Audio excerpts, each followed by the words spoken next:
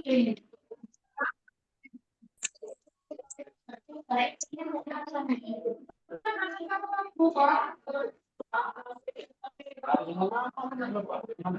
udah sampai mana kuliah?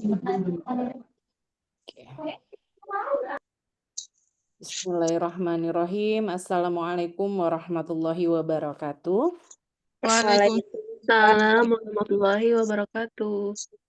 Alhamdulillahirabbil alamin wassalatu wassalamu ala asrofil anbiya'i wal mursalin wa ala alihi wa sahbihi wa rasulillahi ajma'in.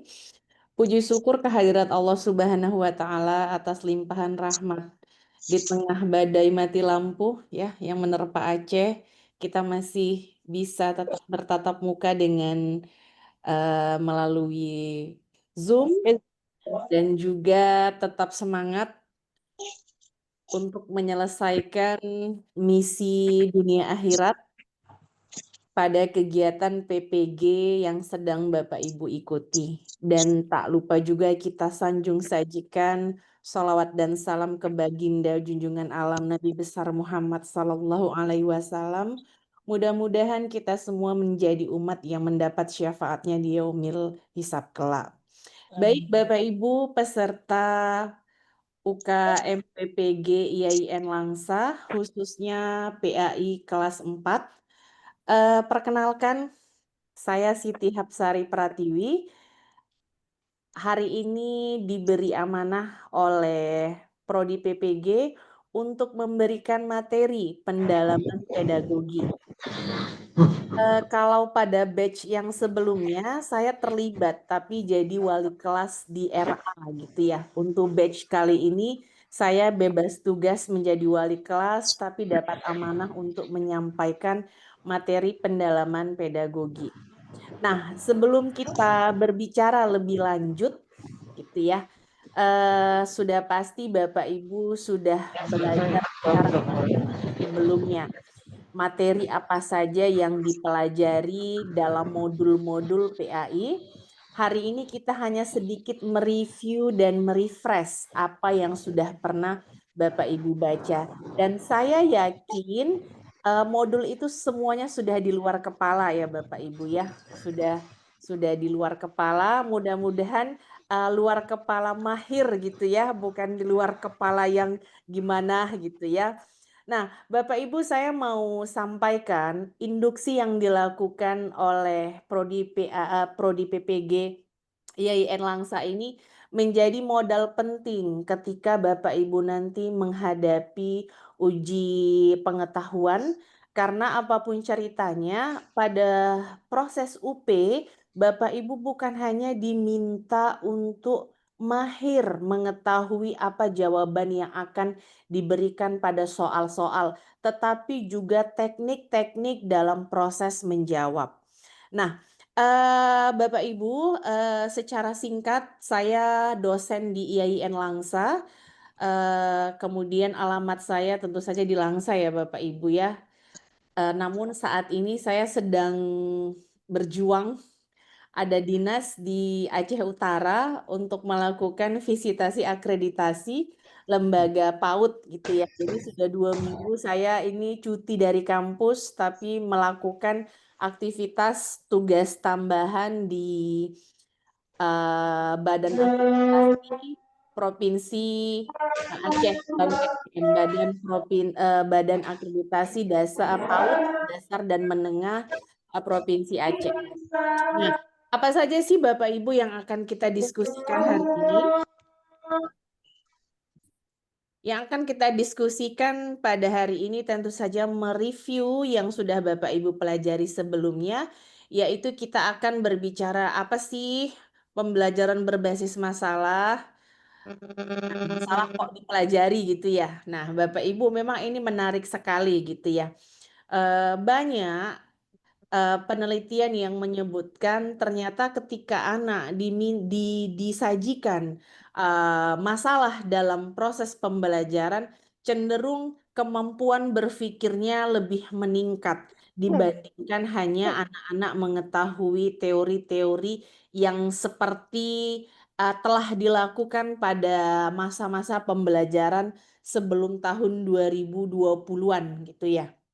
Nah, hal yang menarik adalah pembelajaran berbasis masalah ini awalnya disangsikan jika dipelajari oleh ilmu-ilmu sosial gitu. Banyak penelitian sebelumnya berbicara PBM ini cocoknya hanya untuk ilmu-ilmu sains atau kajian-kajian yang berkaitan dengan matematika, IPA, kimia, dan segala macam. Tapi ternyata ketika anak disajikan dengan proses pembelajaran berbasis masalah, justru muncul kemampuan humanis yang lebih tinggi dan daya pikir kreativitas dan kritis yang lebih baik. Kadang-kadang kalau kita lihat dalam proses pembelajaran yang disajikan guru, khususnya guru agama, ini kadang kita mendapatkan jawaban-jawaban yang out the box dari anak-anak kita. Berikutnya, indikator keberhasilan dalam materi ini bagaimana menjelaskan konsep dasar, strategi problem-based learning, merancang langkah-langkah strategi problem-based learning dalam proses pembelajaran. Nah, di akhir nanti saya akan tampilkan soal-soal yang menjadi ini sedikit rahasia gitu ya. Soal-soal yang akan disajikan pada tryout Bapak Ibu nantinya gitu ya. Kita nanti akan lihat dan kita bedah gimana sih soal-soal yang muncul pada proses tryout Bapak Ibu besok. Berikutnya kita lihat lagi, ini pengertian saja. PBM adalah pembelajaran yang menggunakan masalah nyata atau autentik yang tidak terstruktur dan bersifat terbuka sebagai konteks bagi peserta didik untuk mengembangkan keterampilan menyelesaikan masalah dan berpikir kritis serta sekaligus membangun pengetahuan baru. Tujuan PBM mengembangkan kemampuan berpikir kritis dan kemampuan pemecahan masalah dan sekaligus mengembangkan kemampuan peserta didik untuk secara aktif membangun pengetahuan sendiri. Prinsip PBM menggunakan masalah nyata untuk mengembangkan pengetahuan berpikir kritis dan memecahkan dalam pemecahan masalah. Yang kedua, masalah itu bersifat terbuka, open-ended problem. 3, berpusat pada peserta didik. 4, kolaborasi antar peserta didik sangat diperlukan. Nah, ini menjadi salah satu bagian dari proses penanaman karakter yang tidak akan didapatkan jika siswa-siswa tidak dihadapkan pada model-model pembelajaran yang menitik beratkan pada kolaborasi. Bapak Ibu, kolaborasi pada proses PBM bukan hanya terbatas pada anak-anak bekerja bersama-sama. Tidak. Tetapi di sini adalah kesempatan kita untuk mengidentifikasi siswa kita yang mana nih yang masih memerlukan perhatian khusus terhadap kemampuan sosialnya. Kita di sini bisa identifikasi anak mana nih Bapak Ibu yang masih egois banget. Anak mana nih, siswa kita yang mana nih yang masih belum bisa menerima pendapat orang lain. Siswa kita yang mana yang masih bermasalah ketika dia bekerja sama dengan orang lain. Siswa kita mana yang masih tidak mau bekerja, maunya jadi bos saja. Nah, hal-hal seperti ini Bapak Ibu akan menjadi nilai tambahan bagi guru ketika dia berhasil menyajikan proses pembelajaran kolaborasi, tidak saja hanya pada problem based masalah gitu ya, tapi pada model pembelajaran lain.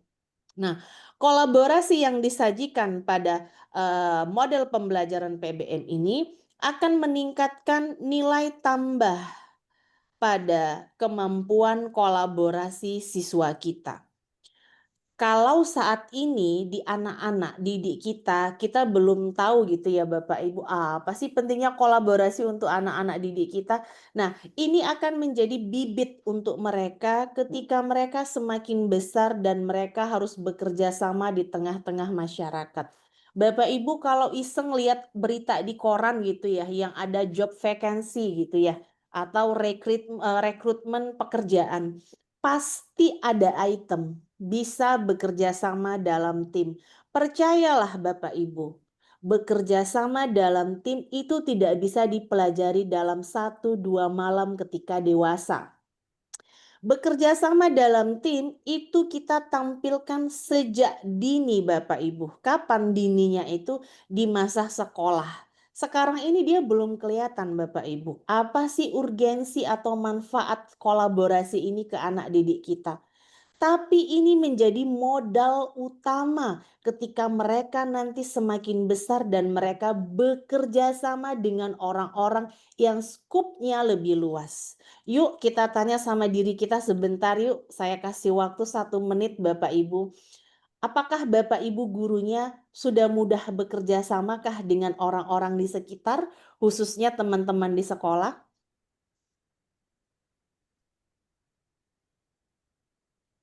Nah, jawabannya hanya kita yang tahu Bapak Ibu.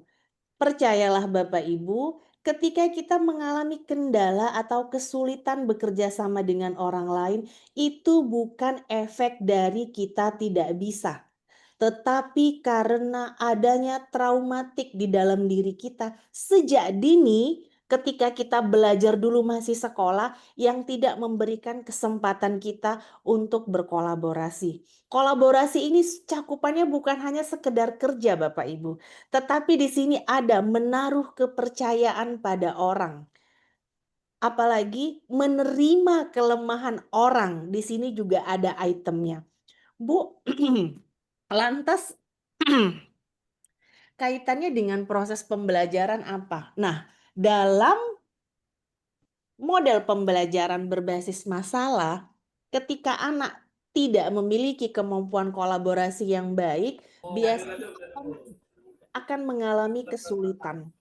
Kesulitan seperti apa? Kesulitan dalam memberikan ide-ide atau menyelesaikan evaluasi akhir dari model pembelajaran ini. Kita lanjutkan Bapak Ibu. Berikutnya,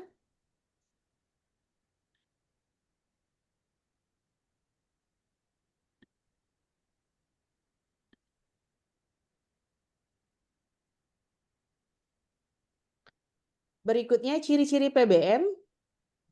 Ini masih aktif.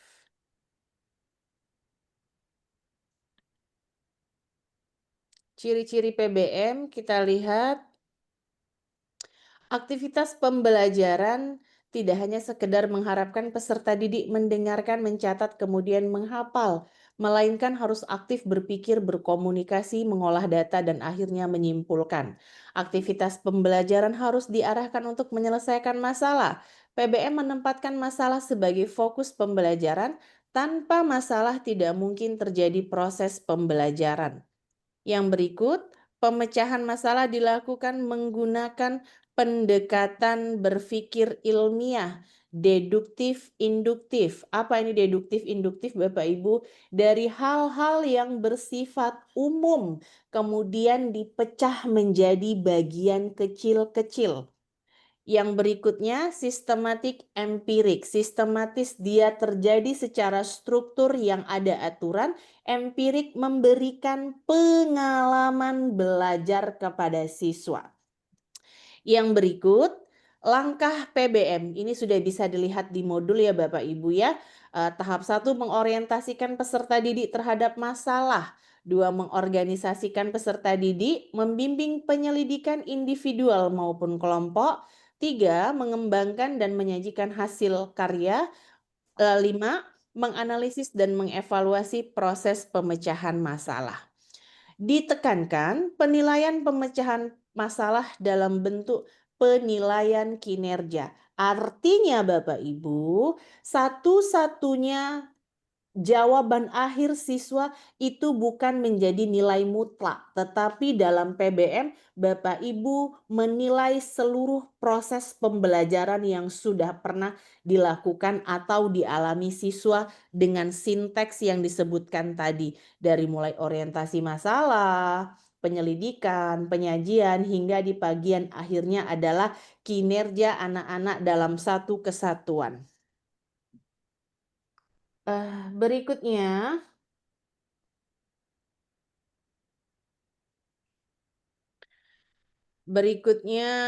pembelajaran berbasis proyek PJBL.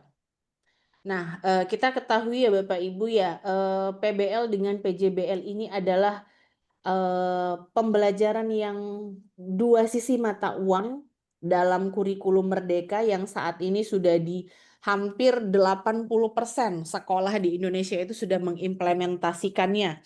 Apalagi pada ajaran baru kemarin kemudian kita ganti menteri berganti menjadi deep learning yang kalau kita gali dan kita analisis itu tidak jauh berbeda, bukan tidak jauh berbeda, adalah bagian dari kurikulum Merdeka hanya saja dengan proses sintek pembelajaran yang sedikit termodifikasi dibandingkan dengan kurikulum Merdeka.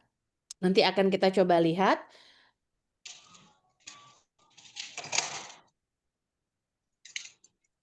Pembelajaran berbasis proyek adalah pembelajaran yang menggunakan proyek atau kegiatan sebagai media. Peserta didik melakukan eksplorasi, penilaian, interpretasi, sintesis, dan informasi untuk menghasilkan Jadi waiting ya Bu disuruh ya. hasil belajar. Kemudian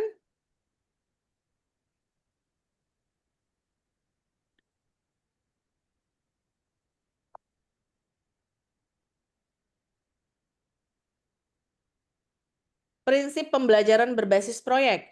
Pembelajaran berpusat pada peserta didik, student center learning yang melibatkan tugas-tugas pada kehidupan nyata.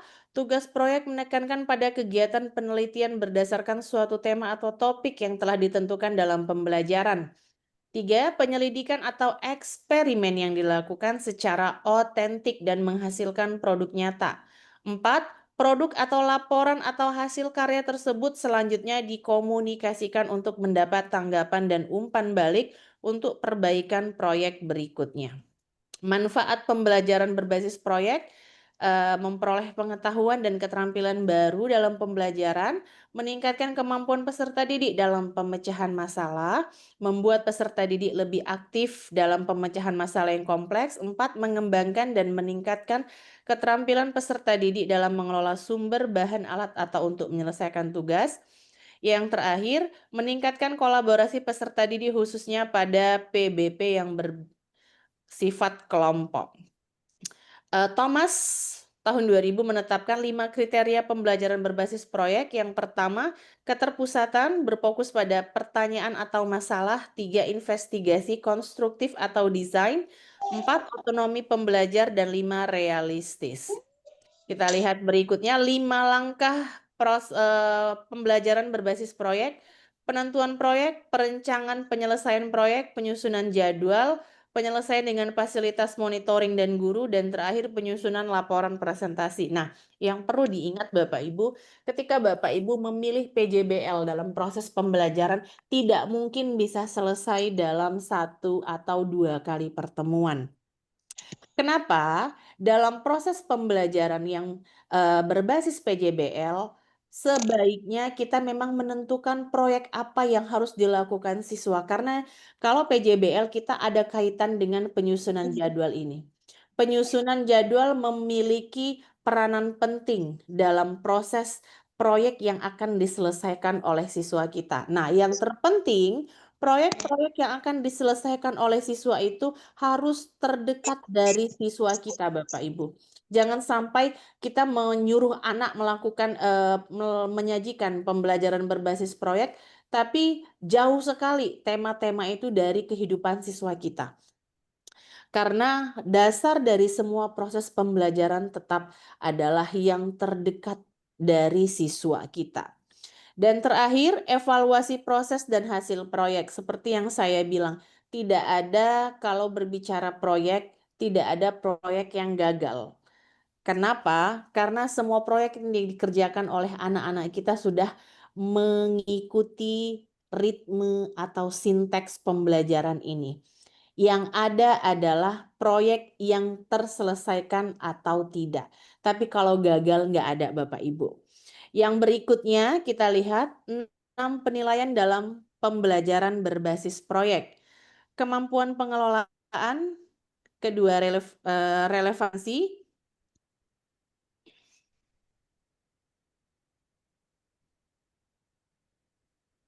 2 relevansi, 3 keaslian, kemudian sebentar ya.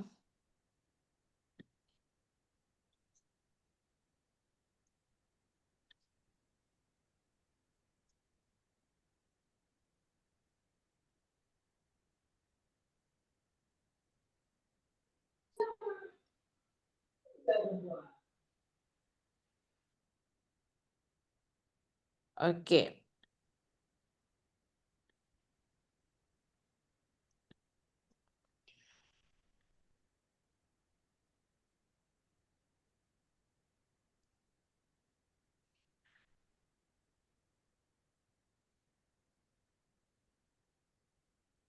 Penilaian dalam pembelajaran berbasis proyek ada 3 ya yang harus dipertimbangkan. Kemampuan pengelolaan, yang kedua relevansi. Relevansi ini adalah keterkaitan antara proyek yang akan diselesaikan oleh siswa dengan tujuan pembelajaran dan juga dengan kehidupan siswa. Keaslian, dan yang terakhir adalah keaslian. Bagaimana originalitas seunik. Nanti kaitannya kalau sudah keaslian ini seunik dan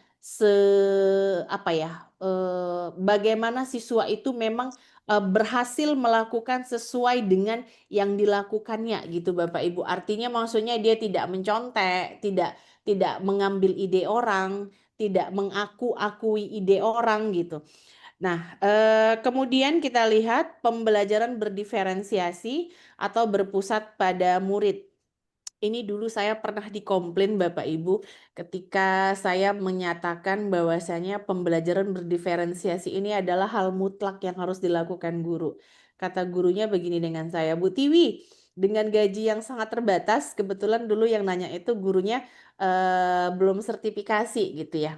Belum sertifikasi dan beliau bukan ASN, tenaga honorer yang dibayar sangat murah sekali. Kata dia begini, Bu, kalau seandainya kami harus menyajikan pembelajaran dengan menyesuaikan semua karakter, potensi, dan kebutuhan belajar murid, kayaknya gaji kami harus 10 juta, Bu. Betul, Bu. Saya sepakat. Saya sepakat sekali, Bapak Ibu. Nah, karena kita ketahui bersama, Bapak Ibu, kadang-kadang teori yang dikemukakan itu kadang berbeda sekali dengan kenyataan di lapangan yang dihadapi Bapak Ibu. Contohnya di hari ini. Saya baca itu ya, ada Bapak Ibu yang masih berhadapan dengan situasi blackout listrik PLN.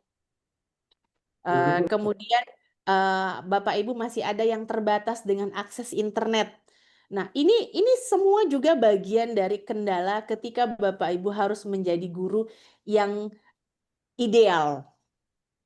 Guru yang bisa menyajikan pembelajaran yang bisa mengakomodasi karakter, potensi, dan kebutuhan belajar murid. Apalagi kalau medan perang di sekolahnya gitu ya, siswa-siswa di sekolahnya tidak seperti yang kita inginkan gitu ya situasinya, dengan berbagai latar belakang siswa. Apalagi kalau kita lihat sekarang anak-anak Gen Z ini ya sudah tidak sama model pendekatannya, tidak pendekatan Belanda lagi gitu. Kalau nggak paham bisa dimarahi gitu.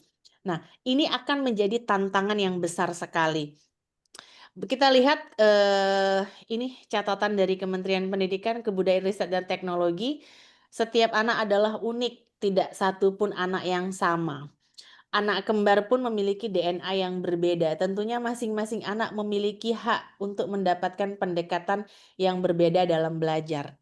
Yang kedua, apa yang dikenali dari anak pun juga beragam, tidak hanya terkait dengan gaya belajarnya, melainkan sesuatu yang sifatnya non-kognitif, sosial emosional, perasaan, kesejahteraan psikologi, rasa aman, dan lain-lain. Bahasa mudahnya Bapak Ibu, putra-putri kita di rumah saja juga memiliki kebutuhan belajar yang berbeda.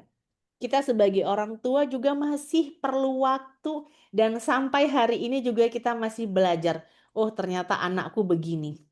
Oh, ternyata anakku begini. Apalagi dengan siswa yang kadang-kadang kita hanya bertemu dengan mereka itu kelas 1 kita ketemu, kemudian kelas 2 libur dengan guru yang lain.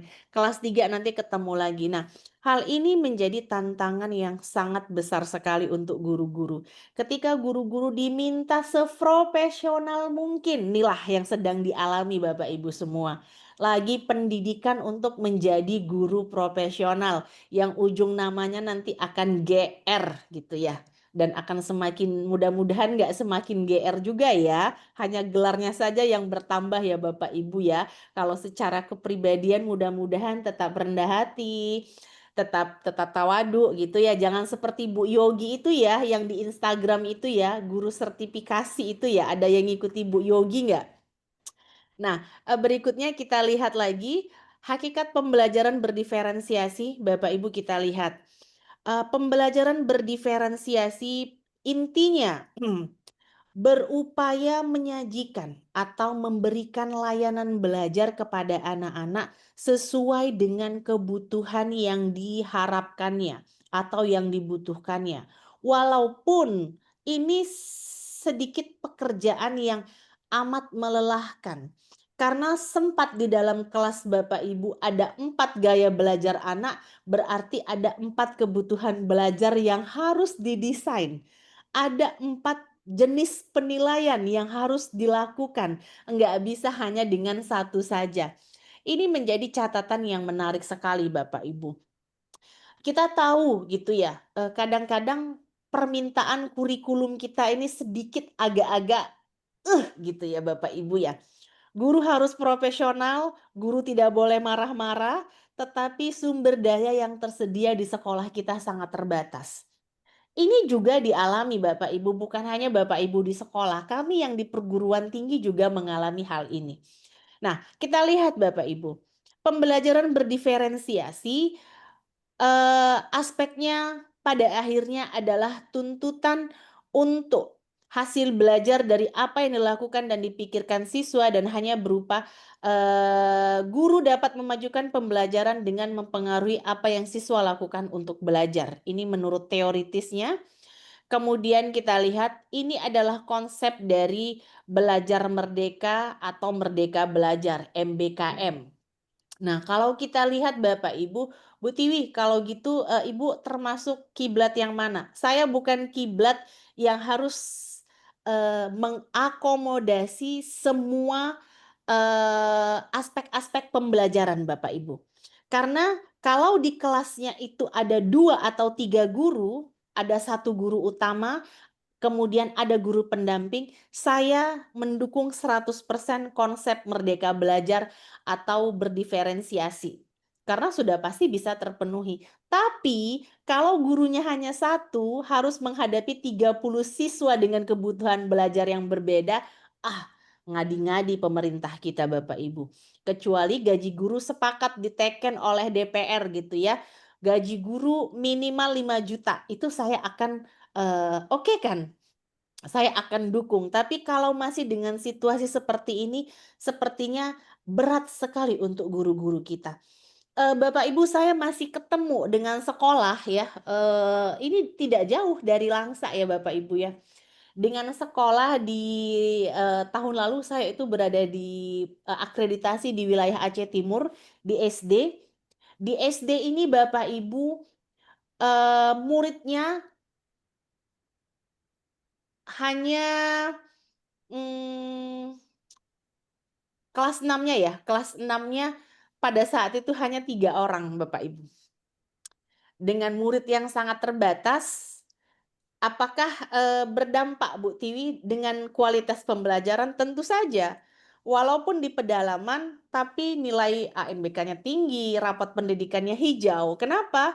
Karena itu tadi, jumlah guru dengan jumlah siswanya memadai untuk mengakomodasi kebutuhan merdeka belajar. Tetapi begitu saya bergeser ke sekolah yang 1 guru harus menghadapi 32 siswa, enggak tercapai Bapak Ibu. Karena itu tadi, tenaga guru terbatas. Kita bukan orientasi pada ekonomi, tidak, bukan di situ ya Bapak Ibu. Jangan nanti berpikir keluar pula pernyataan gitu ya. Ah, Bu Tiwi ini matre sekali. Tidak, bukan begitu. Tetapi dengan sumber daya yang dimiliki oleh sekolah, guru-guru dipaksa harus mengakomodasi seluruh kebutuhan belajar. Ini menjadi PR dan tantangan yang sangat besar sekali untuk dunia pendidikan kita. Kita lihat Bapak Ibu, diferensiasi pembelajaran dapat diartikan apa yang kita ajarkan pada murid-murid kita. Kebutuhan belajar murid menjadi dasar dalam praktek berdiferensiasi yang kita lakukan di kelas. Contoh, menggunakan bahan ajar sesuai dengan tingkat kemampuan siswa. Ini tadi yang saya bilang Bapak Ibu. Kalau kita mau berdiferensiasi, berarti kita sudah siap menyiapkan bahan ajar yang sesuai dengan jenis-jenis siswa kita. Apa kebutuhan belajar siswa kita? Bagaimana gaya belajarnya? Tidak mungkin sama anak yang auditori dengan anak yang kinestetik cara penilaiannya. Tidak mungkin sama anak yang memiliki kecerdasan numerik akan sama model penilaiannya dengan anak-anak yang memiliki kecerdasan bahasa. Nah, ini menjadi PR dan tantangan yang sampai hari ini guru-guru masih harus berjuang dan belajar dengan baik untuk memantapkan kompetensi bagaimana mengakomodasi kebutuhan belajar para siswanya. Bagi peserta didik yang memerlukan bimbingan dapat mempelajari beberapa hal yang penting terkait materi. Bagi siswa yang cukup mahir dapat mempelajari keseluruhan materi, dan bagi peserta didik yang sudah sangat mahir dapat diberikan pengayaan. Masalahnya Bapak Ibu, ujian yang selama ini diberikan oleh sekolah ataupun kita ketahui dalam proses ANBK, mereka tidak memberlakukan hal ini. Ini saya kasih tanda merah yang tanda ungu yang besar sekali. Ini lihat. Ujian kenaikan kelas ataupun ujian semester, soal yang disajikan hanya satu jenis. Apakah mungkin Bapak Ibu bisa mengakomodasi setelah kita identifikasi nih, ternyata anak-anak kita tipenya ada yang A kemampuannya, ada yang A+, ada yang A++.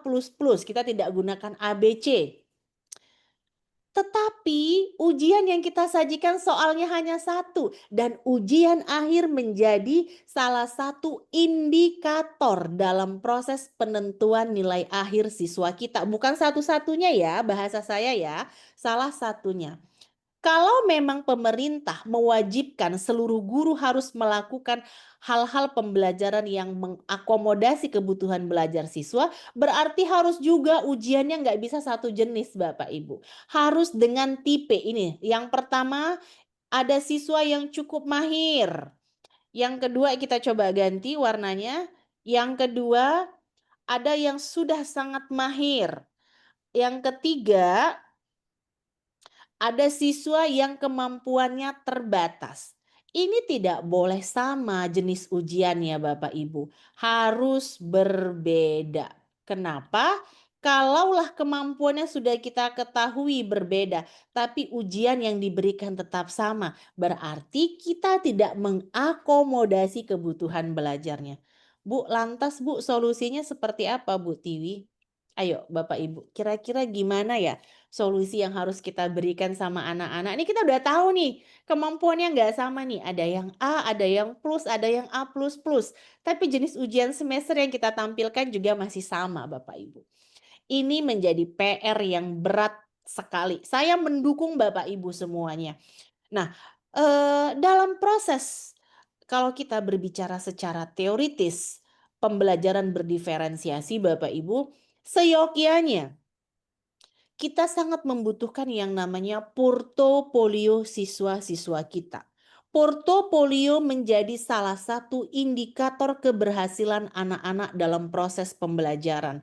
Tapi Bapak Ibu, portofolio saat ini hanya menjadi kajian terbatas alternatif dalam proses pembelajaran. Sebetulnya kalau jadi ditanya, jadi menurut Bu Tiwi kalau begitu apa yang dilakukan, yang harus dilakukan? Portofolio pembelajaran ini menjadi sangat penting Bapak Ibu. Kita akan melihat bagaimana progres anak-anak dalam proses pembelajaran, bagaimana kinerja anak-anak. Bu, kinerja, iya. Dalam proses pembelajaran kita akan lihat seberapa progres kenaikan pengetahuan anak dari hal yang paling sederhana hingga kompleks, dari hal yang ringan hingga berat.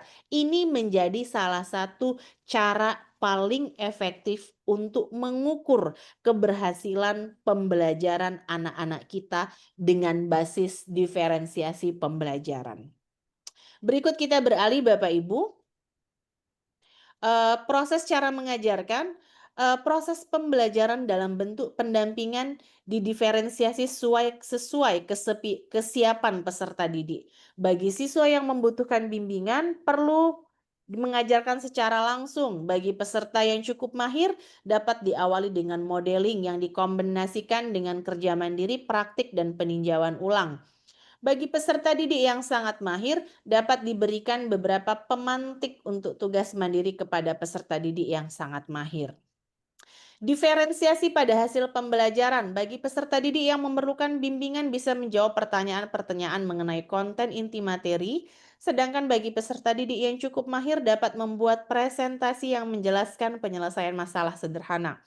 Dan bagi peserta yang sangat mahir bisa membuat sebuah inovasi atau menelaah permasalahan yang lebih kompleks. Kemudian, ini lihat Bapak Ibu. Bapak Ibu, dari gambar ini ya.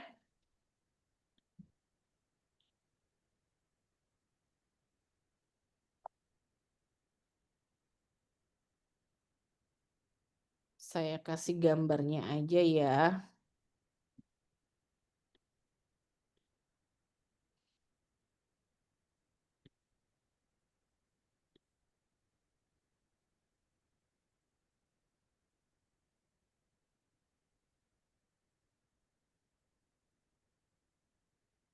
Yuk Bapak Ibu, tolong kasih jawaban, raise hand boleh. Dari 3 gambar ini ada pacuan kuda, kemudian ada 3 siswa yang menonton. 1, 2, 3. Bapak Ibu, yang mana adil itu? Boleh raise hand untuk memberikan jawaban?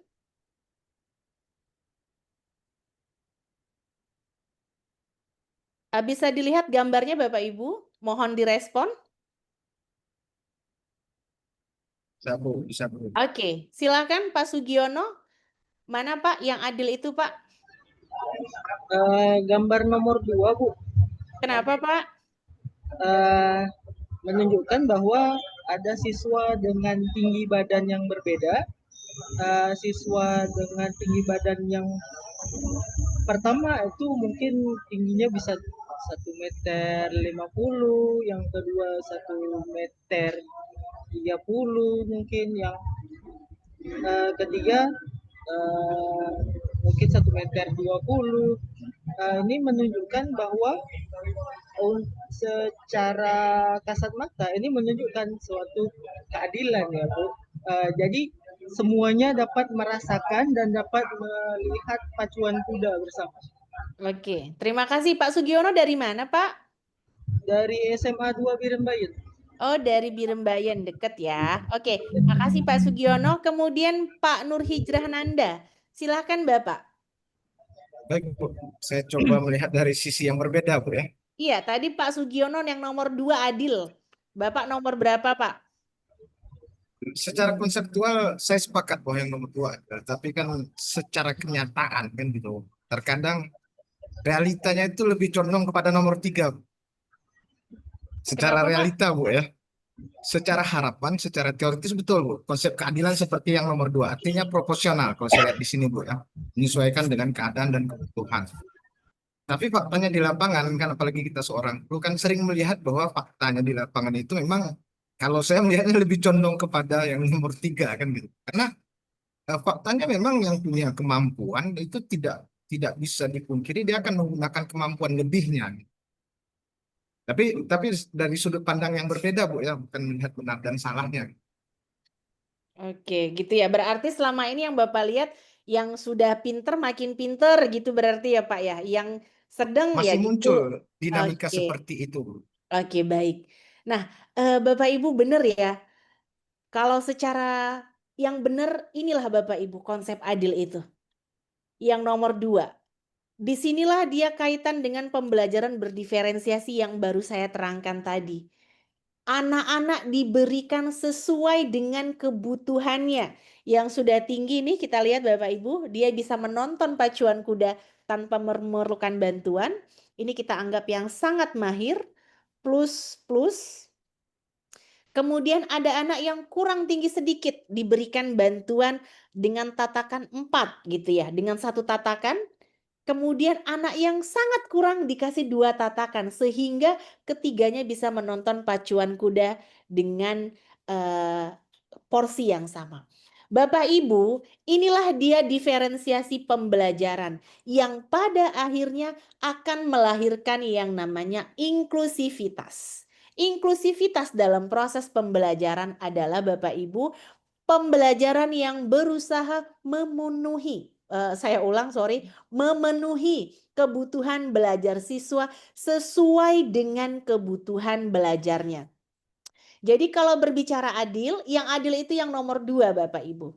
Kalau tadi yang dibilang Pak Nur Hijrah, ya memang kadang-kadang ini Pak PR kita. Tapi saya yakin dan percaya selepas dari Bapak Ibu nanti semuanya lulus menjadi guru profesional, amin ya Rabbal Alamin gitu ya. Mudah-mudahan nomor 3 ini tidak kita temukan lagi di sekolah kita. Bapak Ibu menjadi pionir, menjadi pencetus, menjadi agen yang memutus rantai kebutuhan belajar anak yang tidak bisa diakomodasi dengan baik. Kita lihat berikutnya, ini materi Getsi ya Bapak Ibu ya. Kita sudah sampai nih, kita lihat di sini Bapak Ibu. Kalau kita berbicara equality, ini dia Bapak Ibu. Setiap orang mendapatkan manfaat dari dukungan yang sama. Everyone benefits from the same support. This is equal treatment. Artinya, semua orang mendapatkan dukungan dan support yang sama. Lihat Bapak Ibu, tatakannya sama. Belum kurang jelas ya, kita ganti warnanya. Ini dia. Kita lihat satu tatakan, satu tatakan, satu tatakan. Kalaulah ini yang kita lakukan Bapak Ibu, kita beranggapan semua siswa yang sama, semua siswa itu adalah sama dan mendapat dukungan yang porsinya juga harus sama, berarti yang memiliki kekurangan ini akan begini kondisinya Bapak Ibu. Dia akan mengalami yang namanya kendala. Apakah dia mendapat support? Sudah nih sama nih Bapak Ibu. Supportnya sama, supportnya sama, supportnya sama. Kemudian kita lihat di sini ada justice. All three can see the game without support or accommodation because the causes of the inequity was addressed, the systemic barrier has been removed. Artinya, kalau kita berbicara pendidikan yang berbasis keadilan, halangan atau tantangan dihilangkan. Artinya, semua orang mendapat kesempatan yang sama karena sudah di-remove tantangan tadi, sudah dihilangkan. Tapi masalahnya, kalau kita berbicara reality, kenyataan, tantangan dalam proses pendidikan tetap ada. Itulah sebabnya muncul ya support sesuai dengan yang diperlukannya. Everyone gets the support they need. This is the concept of affirmative action, thus producing equity. Artinya, orang dengan kebutuhan belajar yang lebih banyak harus mendapat support yang lebih tinggi. Yang sudah tinggi, yang sangat mahir tadi, dimanfaatkan untuk mendukung teman-temannya yang belum tadi. Kalau kita berbicara sebelumnya, yang sangat mahir diberikan proyek yang lebih berat. Yang tengah didukung, yang paling kurang itu mendapatkan perhatian atau materi yang lebih ringan dibandingkan dengan 2 temannya yang ini tadi. Nah, Bapak Ibu, kita perhatikan. Saya hapus dulu.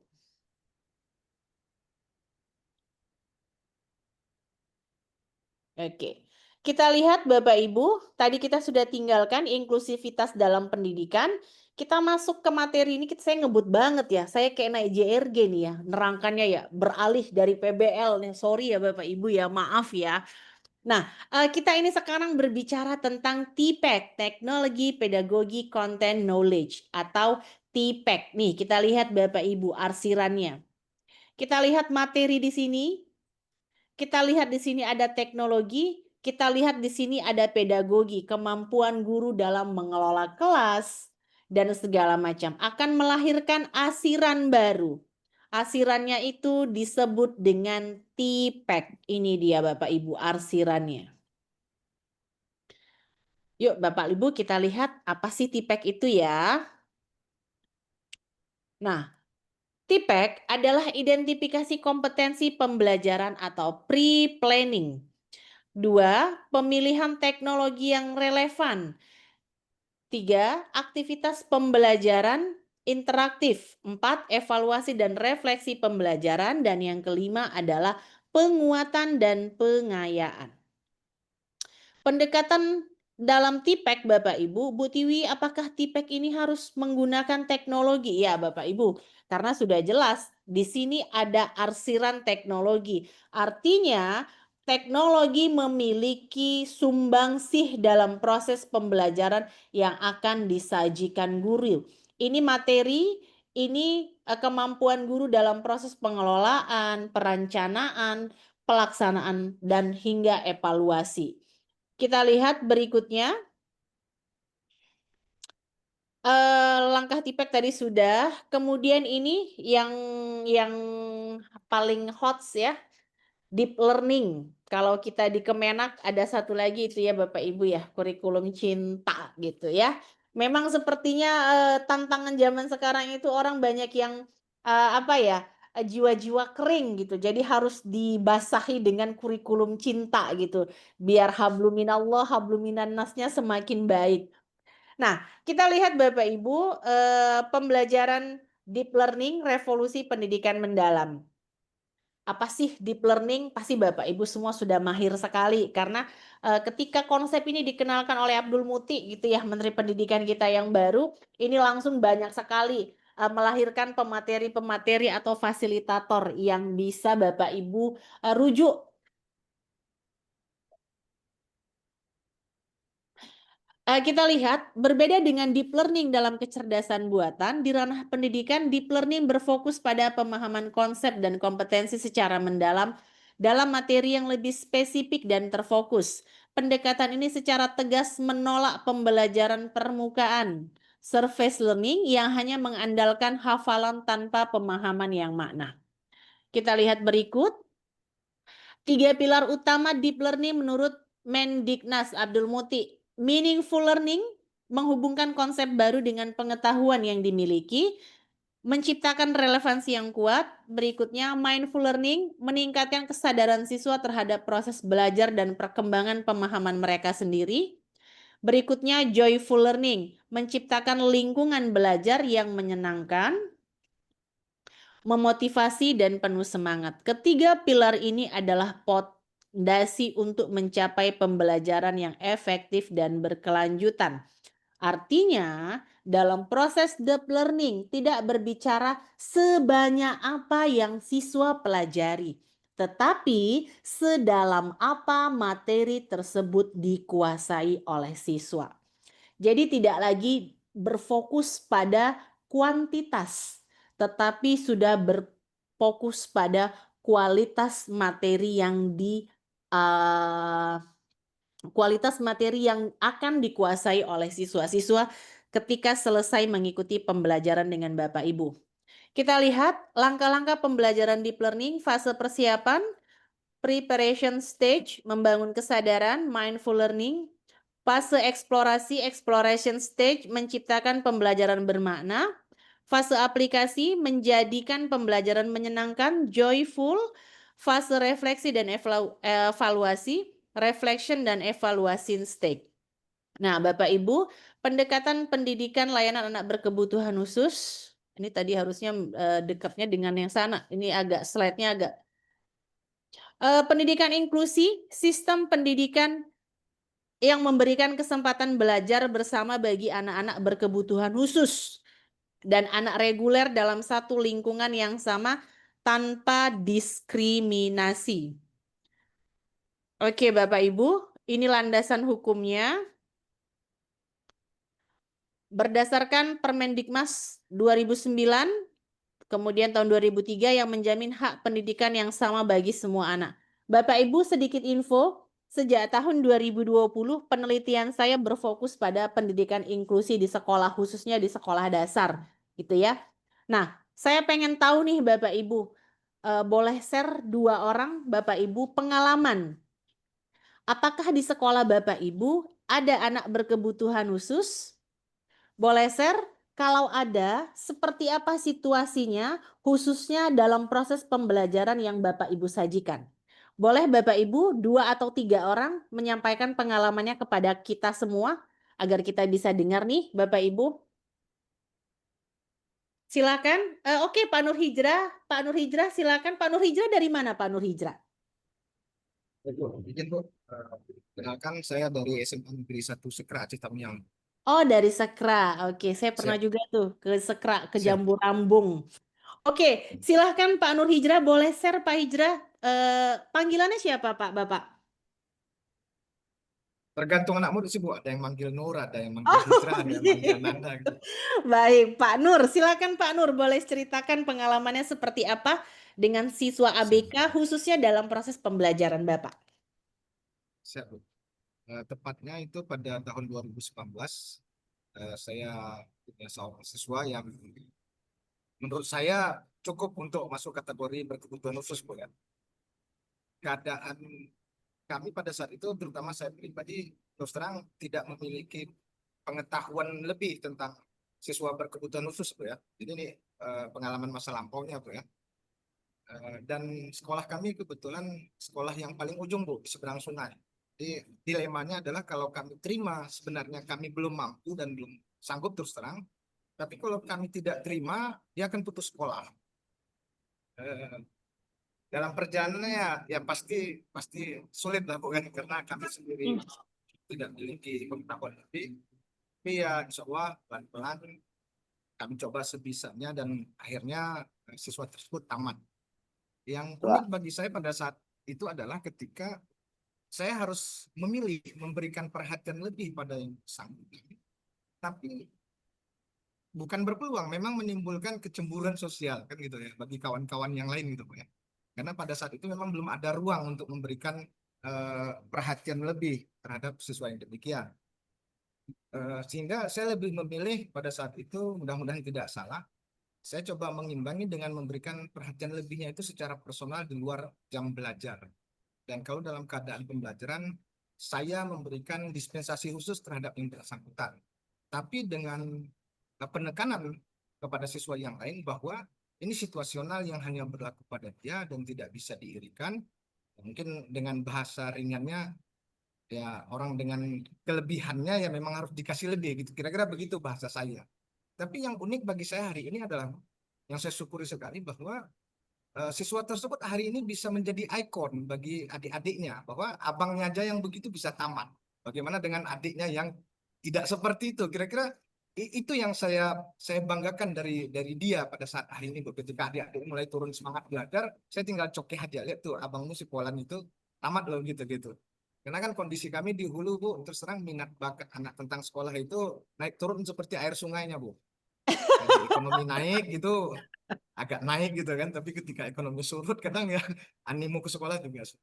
Alhamdulillah itu hikmah yang bagi saya sangat besar ya, ketika mencoba sesuatu yang saya sendiri tidak punya bakat, tidak punya kemampuan lebih di bidang itu, tapi insya Allah aku yakin dengan niat ikhlas sebagai seorang guru sebisanya saya lakukan, walaupun saya sadari dalam prosesnya tetap ada dilema, tetap ada pertentangan pro dan kontra, jangankan kepada siswa, bahkan terkadang samarkan sendiri pun pernah, dan ya itu biasalah dinamika dalam aktivitas. Ya kira-kira demikian. Oke, menarik sekali ya, Pak. Oke, Bapak waktu itu jumlah siswanya berapa di sekolahnya, Pak? Siswa kami waktu itu 22 orang 22 yang orang satu ya? kelas sama yang bersangkutan Bu ya. Total siswa Oke, waktu itu 61, 3 rombel. 3 rombel Sekolah ya. sekolah Baik. kecil kami Bu. Iya, iya, oke. Sebelum kita bahas nih, sebelum kita berbicara lebih lanjut, Bapak Ibu ada nggak yang mau share lagi selain Pak Nur tadi? Ayo silakan Bapak Ibu, ada yang mau share pengalamannya mendampingi, memberikan layanan belajar dengan anak ABK di sekolah yang saat ini sedang Bapak Ibu bertugas?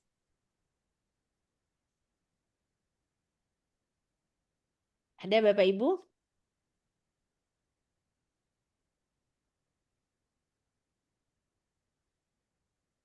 Ayo Bapak Ibu ada nggak?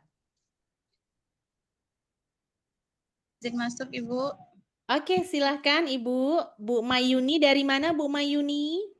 Ya, terima kasih, Ibu. Perkenalkan, Assalamualaikum warahmatullahi wabarakatuh. Perkenalkan, nama saya Mayuni dari SMA 1 Rantau Selamat. Oke, Ranto selamat. Silahkan Bu Mayuni. Saya ingin berbagi sedikit pengalaman, terutama ini yang tahun lalu ya, yang sekarang sudah menjadi alumni. Jadi di sekolah kami ada satu orang siswa laki-laki yang berkebutuhan khusus. Di mana memang sebenarnya dia lebih cocok sekolahnya di SLB. Tapi karena jarak tempuh dari rumah, dari Bayen ini ke Langsa lumayan jauh, dan si anak ini agak susah diantar jemput, karena orang tuanya juga bekerja, dia kebutuhan khususnya itu Bu, dia lemah di kaki dan tangan. Jadi dia kalau jalan itu seperti anak kena polio. Dari Oke. segi berbicara juga gagap, lambat, dan tidak bisa menulis seperti teman-temannya pada umumnya.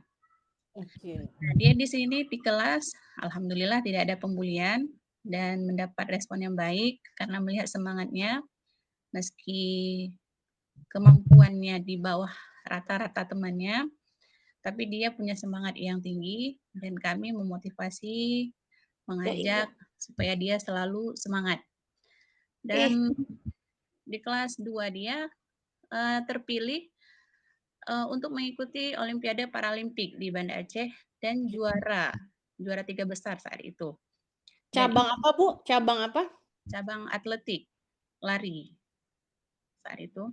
Dan ini menjadi salah satu motivasi buat dia dan kami juga memberikan contoh kepada siswa-siswa yang lain, kawan-kawannya, lihatlah bagaimana teman kita yang seperti ini keadaan dia, yang Allah beri dia kelebihan berbeda dengan yang lain, tapi dia bisa berprestasi. Dan teman-temannya juga ikut memberi semangat. Sehingga kalau dalam pembelajaran pun, dia memang dikasih dispensasi. Misalnya jika teman-temannya mendapatkan tugas membuat makalah, dia nanti tugasnya nanti hanya memberi pendapat. Atau ketika latihan kawan-kawannya menjawab soal 20 soal, 10 soal, dia diberikan kemampuan seberapa sanggup menulis.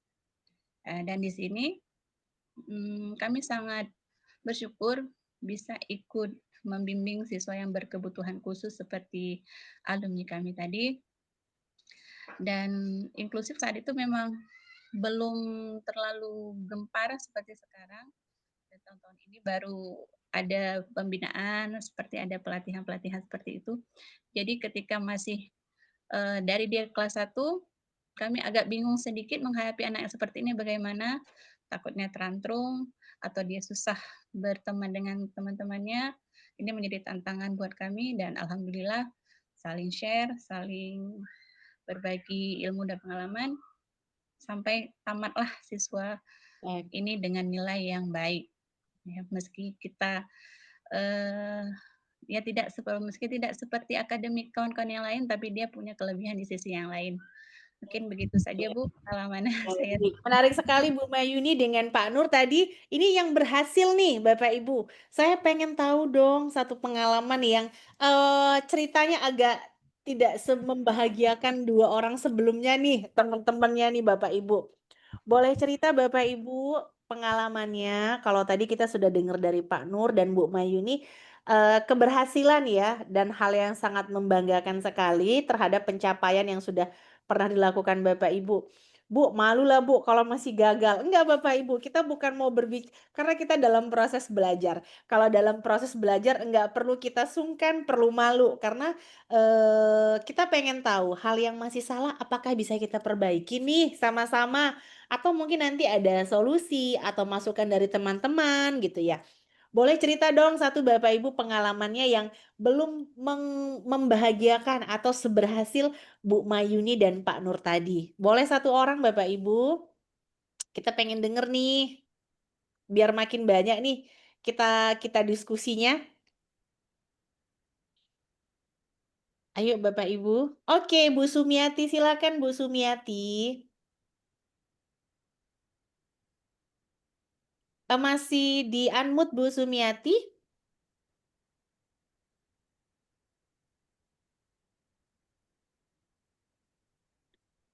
Masih di unmute dulu Bu, di unmute dulu mikrofonnya, iya.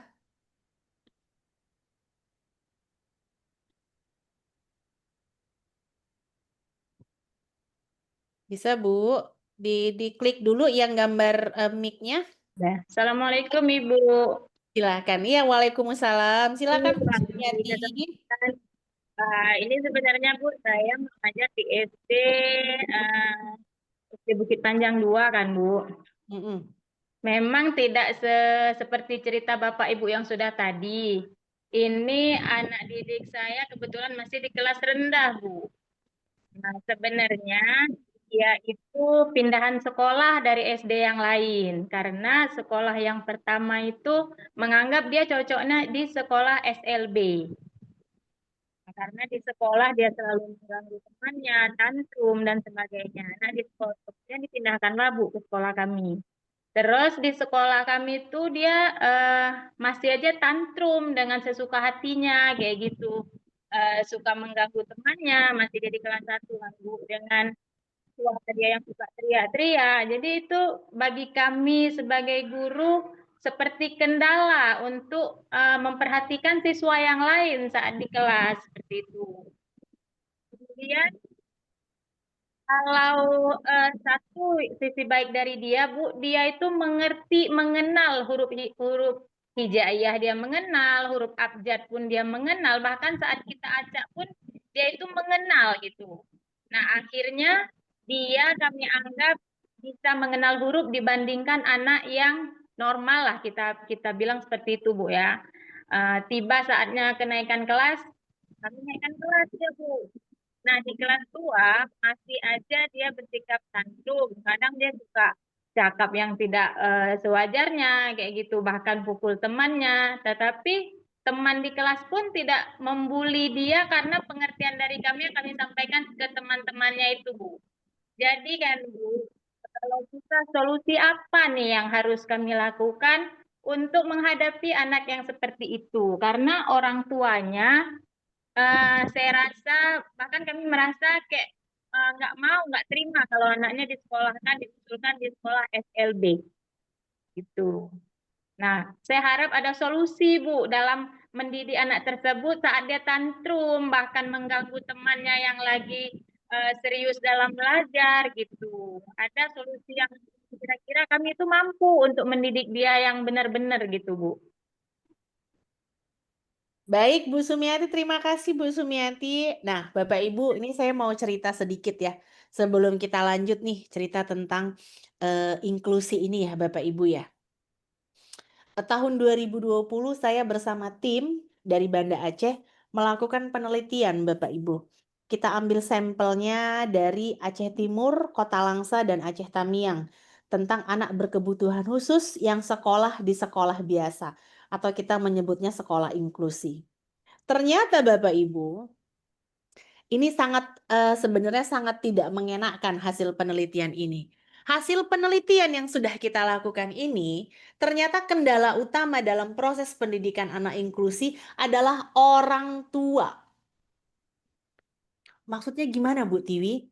Orang tua anak-anak berkebutuhan khususlah yang menjadi salah satu faktor penyebab kegagalan proses penyelenggaraan pendidikan di sekolah. Iya. Maksudnya gimana, Bu? Orang tua nggak terima, Bu, anaknya disebut ABK. Itu hasil penelitian kami tahun 2020. Orang tuanya berkecil hati, orang tuanya marah. Padahal Bapak Ibu, semakin cepat dan semakin banyak informasi kita tentang anak yang satu ini, maka potensi yang dimiliki anak ini akan semakin baik dan semakin bisa diberikan layanan pendidikan yang sesuai dengan kebutuhannya. Jadi Bapak Ibu, buku saya belum terbit juga, ini saya sedang nulis Bapak Ibu. Sebetulnya sudah ditagih-tagih ya. Cuman memang ada sedikit kendala, kita belum bisa menyelesaikannya. Kalau nanti buku saya selesai, boleh saya share, nanti boleh Bapak Ibu gunakan panduan buku yang kami buat untuk bagaimana sih menghadapi siswa dengan kebutuhan khusus di sekolah umum yang tidak ada guru pendamping khusus. Padahal kalau di sekolah itu tidak ada GPK namanya Bapak Ibu. Guru pendamping khusus, sekolah nggak boleh menerima anak berkebutuhan khusus. Bagaimana mungkin guru menghadapi siswa normal saja itu kadang-kadang suka naik temperatur. Apalagi ditambah dengan harus mengakomodasi kebutuhan belajar anak ABK. Bu Tiwi berarti nggak boleh terima? Boleh Bapak Ibu, boleh terima. Karena kalau kita tidak terima, kita melanggar amanat undang-undang ini Bapak Ibu. Ini sudah undang-undang yang menjamin. Yuk kita lihat Bapak Ibu. Apa sih prinsip utama inklusi? Nanti akan saya terangkan ke belakang ya Bapak Ibu. Pak Nur gimana Pak Nur? Ada yang mau disampaikan sebelumnya kita lanjut Pak Nur? Baik, Bu. Ini Pak Nur. Kan tadi pengalaman menariknya Bu ya sebenarnya malu juga tadi cerita karena ada yang mulai ya mau sharing juga dan sebenarnya ada yang ingin saya tanyakan khusus.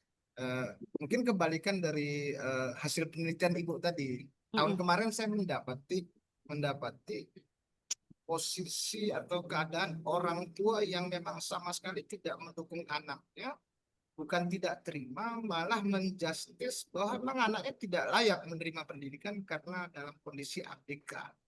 Dan dalam posisi itu kan sulit Bu ya, sebagai guru itu mempertahankan keinginan itu sulit. Iya. Dan hari ini kenyataannya yang bersangkutan memang tidak diizinkan sekolah lagi dan harus ditarik-tarik ke ladang yang saban hari memang harus lewat di depan kita itu berat Bu ya. Ya, oke. Tapi Oke, ya baik. kondisi guru kita sebagai guru kan nggak bisa maksa gitu kan. Bisa paksa orang tuanya mau nyekolahkan atau enggak. Iya, benar-benar. Oke, baik Pak Nur. Nanti kita simpan dulu ya Pak Nur ya. Nah, Bapak Ibu kita lihat nih prinsip utama pendidikan inklusi. Pemerataan peningkatan mutu, keterlibatan aktif, lingkungan ramah, pemenuhan kebutuhan. Bapak Ibu lihat di sini, keterlibatan aktif. Dalam proses penyelenggaraan pendidikan inklusi, nggak boleh Bapak Ibu hanya gurunya saja, hanya orang tuanya saja, atau masyarakatnya saja. Ini adalah elemen-elemen yang harus saling bergandengan. Kita lihat ke belakang nanti Bapak Ibu. Lingkungan ramah. Sudah pasti sekolah harus bisa mengakomodasi jangan sampai adanya pembulian. Jangan sampai anak-anak ABK.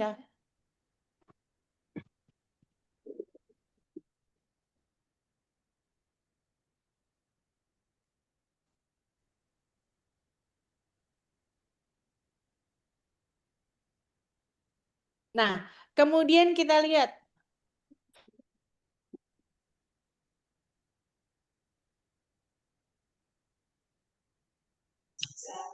Bu, suaranya nggak ada. Iya, sebentar ya. Iya, oke.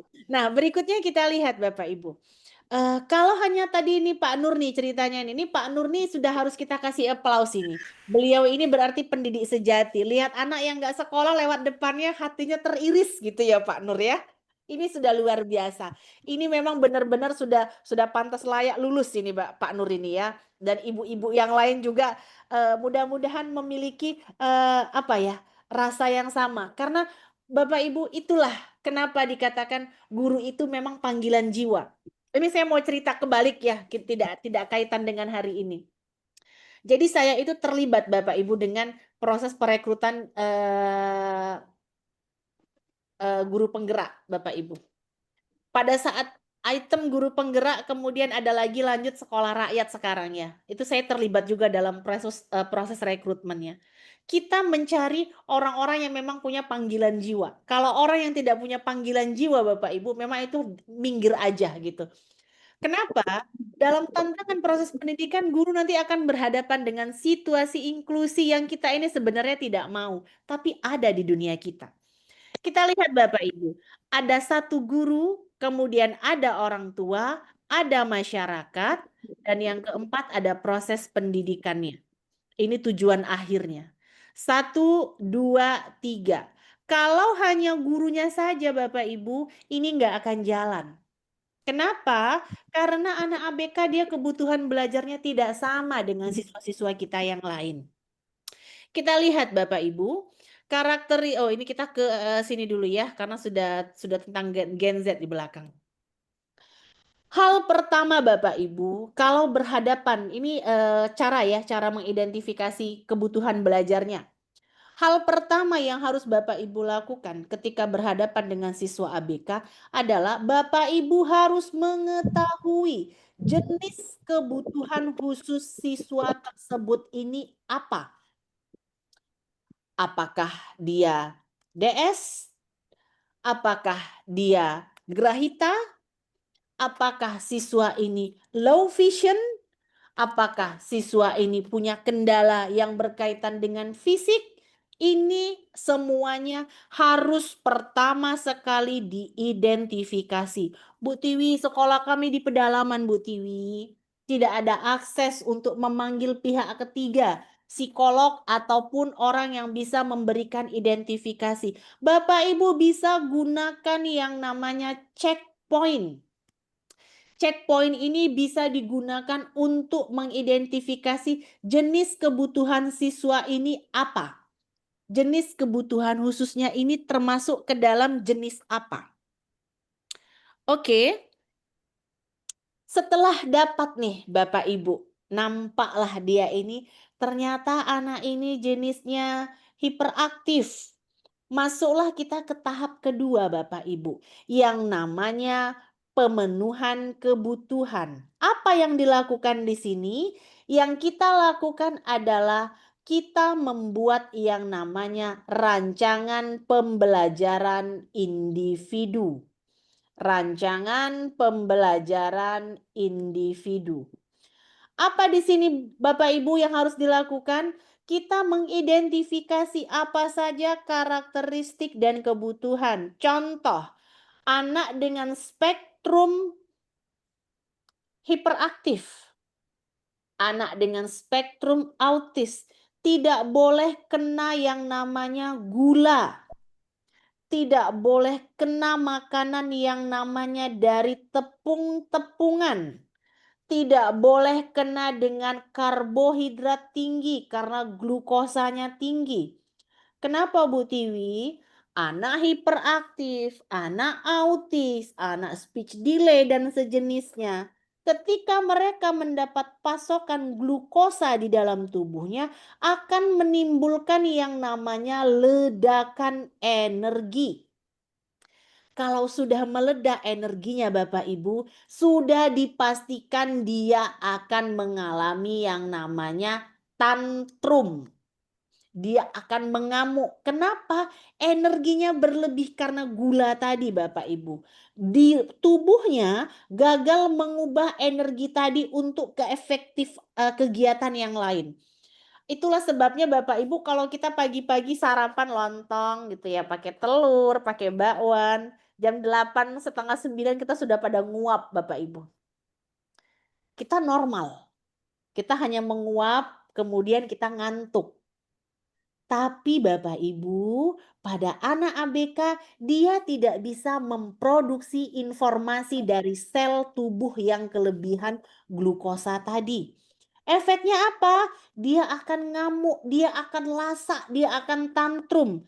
Dan kenapa anak-anak dengan spektrum ABK yang saya sebutkan tadi hyperaktif, autis, senang sekali menjedut-jedutkan kepala bagian belakangnya, Bapak Ibu. Boleh dilihat.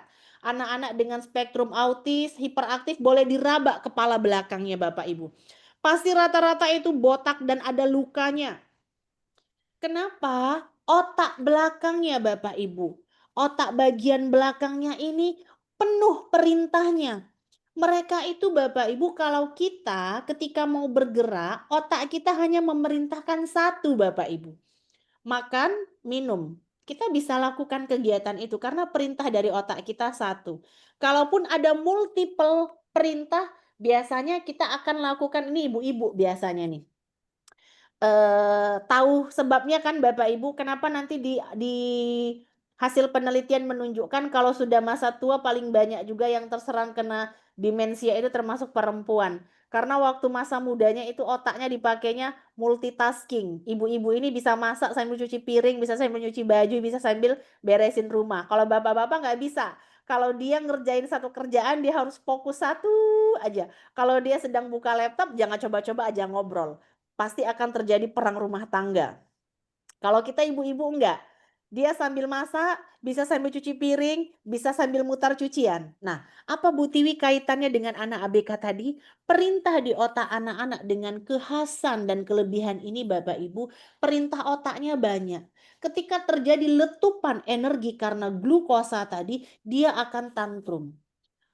Lantas Bu Tiwi, nah dalam rancangan pembelajaran individu akan juga diatur Bapak Ibu. Makanan apa yang boleh dikonsumsi anak dan jam makan yang harus diatur.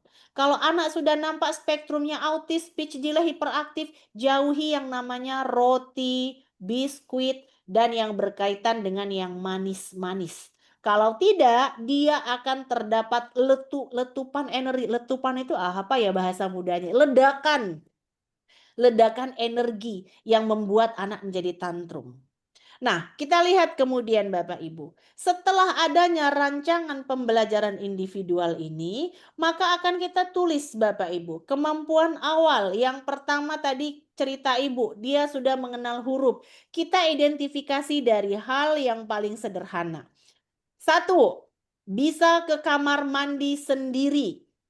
Nih kita catat. Loh, Bu, kenapa sampai ada perilaku sikap? Betul Bapak Ibu. Dalam proses penyelenggaraan pendidikan yang ada anak ABK-nya, kita tidak hanya transfer pengetahuan, tetapi kita juga akan transfer yang namanya kemandirian. Termasuk anak kalau dia haus bisa mengambil minum sendiri. Kalau dia kebelet ke toilet, dia bisa pergi ke toilet sendiri. Minimal selesai mengikuti pendidikan di sekolah, karakter mandirinya sudah bisa dibentuk dengan baik. Jadi tadi sudah benar ya Bu, kalau teman-temannya tadi presentasi Bu Sumiati, dia hanya dikasih untuk bertanya. Itu sudah benar sekali Bu. Jadi mudah-mudahan ke depan nanti Bapak Ibu boleh ditagih ya siapa yang ada. Nih ada Bu Oki nih, ada tetangga saya nih di kelas Bapak Ibu. Mudah-mudahan dalam 3 bulan ke depan ini buku saya bisa selesai Bapak Ibu. Nanti kalau bukunya selesai free Bapak Ibu karena bentuknya soft copy. Boleh diakses oleh siapa saja. 3 bulan sampai 6 bulan ke depan nanti boleh ditanya ke Bu Oki teman sekelasnya. Bu Oki tanyalah sama Bu Tiwi tuh gimana gitu. Oke, kalau nanti siap, Bapak Ibu bisa gunakan itu untuk menyesuaikan kebutuhan belajar dan memproses bagaimana rancangan pembelajaran untuk anak-anak ABK kita. Yang terakhir saya mau bilang tentang siswa inklusi ini Bapak Ibu, betul ya. Jadi perdana pelatihan inklusi itu tim penelitian kami Bapak Ibu di tahun 2022 setelah COVID. Setelah kami buat, baru Dinas Pendidikan bergerak, baru menyadari ternyata siswa inklusi ini memang banyak di antara kita Bapak Ibu. Mau ditaruh ke SLB, orang tua khawatir anak semakin ini tadi Bapak Ibu, kalau yang tadi dibilang Pak Nur, orang tuanya memaksa udah anaknya suruh nggak usah sekolah aja gitu. Nah, banyak orang tua yang menutup diri karena itu tadi Iya. ada perasaan malu, tidak terima, Karena memang pasti berat sekali Bapak Ibu tantangan. Apalagi kalau sempat muncul pertanyaan dari masyarakat. Apa sebabnya dia begini? Itu tolong dihindari Bapak Ibu. Ke orang tua wali murid yang kalau ada siswa ABK, tolong dikasih pengertian. Bapak Ibu jangan sekali-sekali pernah bertanya apa sebabnya. Nah nanti kemudian ada yang bilang, bukan loh Bu, kita sengaja loh Bu nanya pengen tahu jadi bisa dihindari. Enggak Bapak Ibu. Biarkan guru yang memproses informasi itu. Kapan diprosesnya? Ini dia. Dalam rancangan pembelajaran individu. Nanti ada yang namanya latar belakang. Bisa jadi anaknya mungkin waktu itu terkena polio misalnya.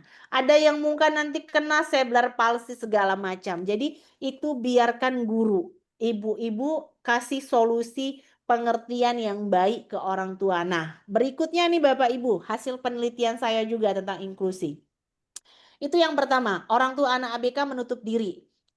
Yang kedua, orang tua anak normal merasa terganggu dengan adanya anak ABK di kelasnya. Benar.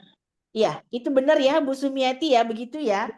Benar. Bu Mayuni sudah berhasil anak ABK-nya tadi jadi paralimpik gitu ya.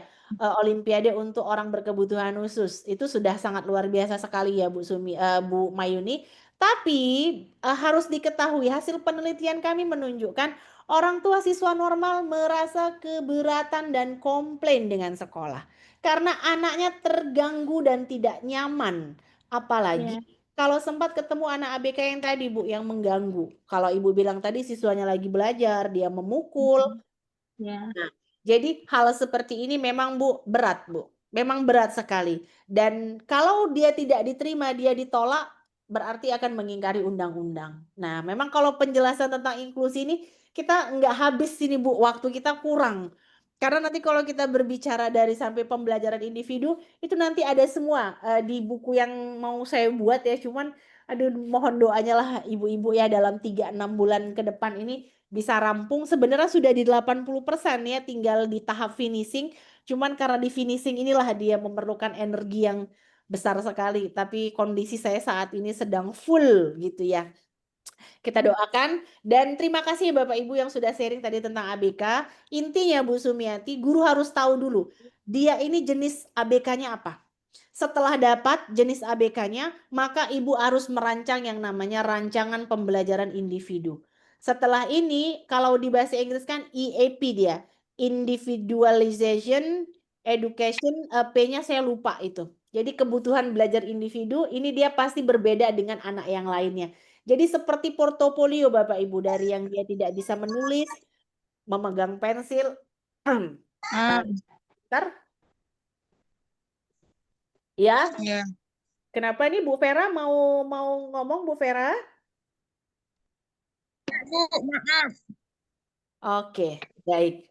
Berikutnya Bapak Ibu kita lanjut ya, kita beralih ya. Jadi tadi kalau ditanya kesimpulannya tentang inklusi gimana Bu Tiwi? Yang pertama kita harus tahu dulu kebutuhan ABK-nya apa. Setelah kita tahu Bapak Ibu, kita akan menyusun yang namanya rencana pembelajaran individu. Dari rencana inilah kita akan lihat Bapak Ibu, kebutuhan belajar, tingkat kemandirian, apa saja yang harus dilakukan.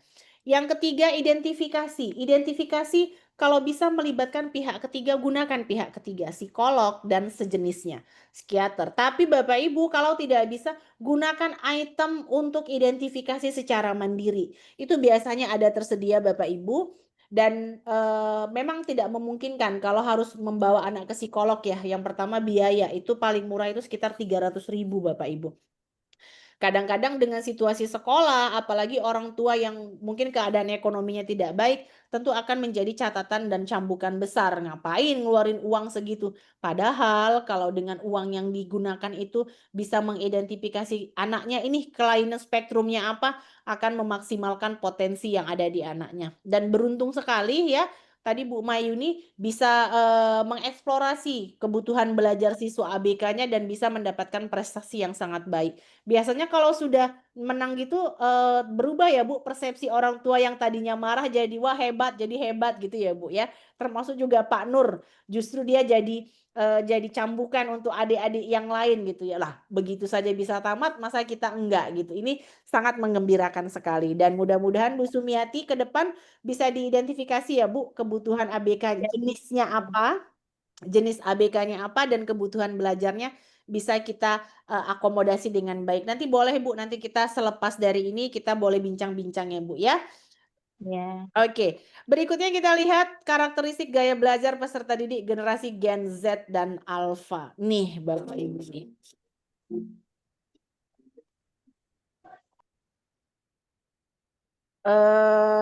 Bapak Ibu memang berhadapan dengan Gen Z ini berat banget Bapak Ibu. Berat, sangat berat. Saya juga harus mengakui gitu ya. Gen Z ini memang nggak sama gitu Bapak Ibu dengan anak-anak yang kalau sudah jadi guru di atas 10 tahun tahulah bagaimana karakter anak pada masa 10 tahun yang lalu itu nggak bisa sama sekali kita bilang sama dengan karakter anak-anak didik kita pada hari ini.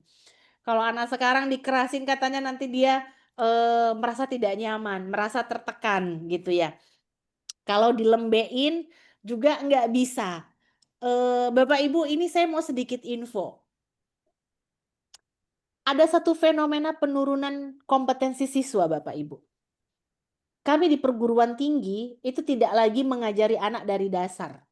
Sepakat ya, kalau kita sudah di perguruan tinggi, ranah kompetensi pengetahuan kita dari C4 sampai C6, Bapak Ibu.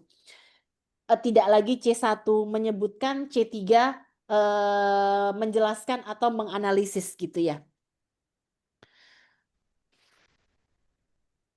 Nah, Bapak Ibu, yang harus kita pahami dengan baik, Gen Z ini memang mereka ini diciptakan atas peran teknologi saat ini. Kita lihat Bapak Ibu.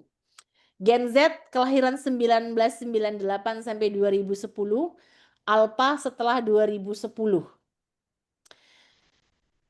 Kalau Gen Z era transisi digital, tumbuh dengan internet dan perangkat seluler, tapi bagian integral dari kehidupan mereka, gitu ya. Tapi,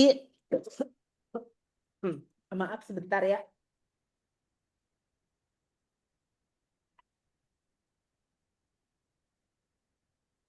Kalau generasi Alpha, memang digital itu adalah bagian yang tidak terpisahkan oleh hidupnya.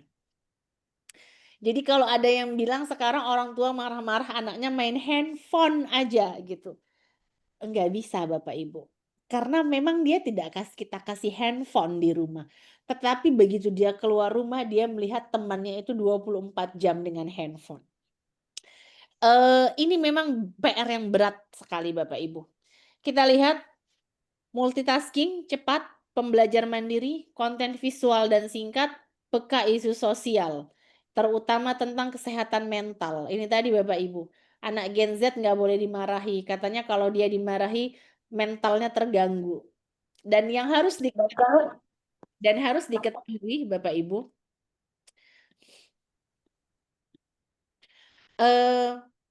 pada multitasking dan cepat ini, anak-anak sekarang itu lebih cepat memahami informasi-informasi yang beredar. Saya kadang-kadang Bapak Ibu dapat info itu juga dari anak saya gitu. Kadang-kadang info di internet itu kan dalam hitungan detik bisa tersebar. Bukan hanya dalam hitungan menit, tapi hitungan detik gitu. Nah, mereka itu cepat sekali mengetahui isu-isu terkini. Kemudian konten visual, kalau kita lihat lah ya Bapak Ibu ya, untuk jago ngedit video, main game dan segala macam, itu anak-anak sekarang itu sudah luar biasa. Berikutnya, karakteristiknya mahir digital sejak dini, belajar mandiri digital, kolaborasi proyek, fleksibel dan kreatif. Ini jelas. Anak sekarang kalau tepat diarahkan, memang menjadi salah satu cara untuk meningkatkan kreativitas anak-anak. Berikutnya kita lihat gaya belajarnya, pembelajar digital, proyek nyata, keterampilan hidup, fleksibilitas dan kolaborasi. Kita lihat berikutnya lagi, Ini kita sudah beralih ke contoh soal Bapak Ibu. Sebelum ini waktu kita masih ada 25 menit lagi ya. Kita sampai 17.30. Mungkin boleh Bapak Ibu silakan mau istirahat minum-minum sebentar 2 menit boleh. Sebelum kita masuk ke contoh soal yang akan diuji cobakan pada tryout Bapak Ibu besok.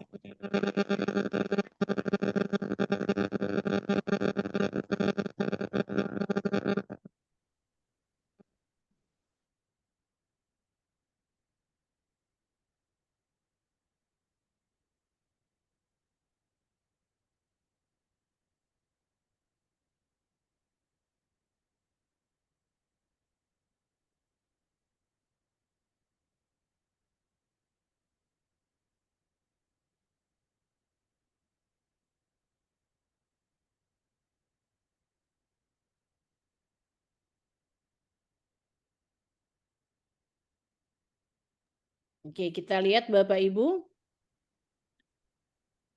Bisa dilihat?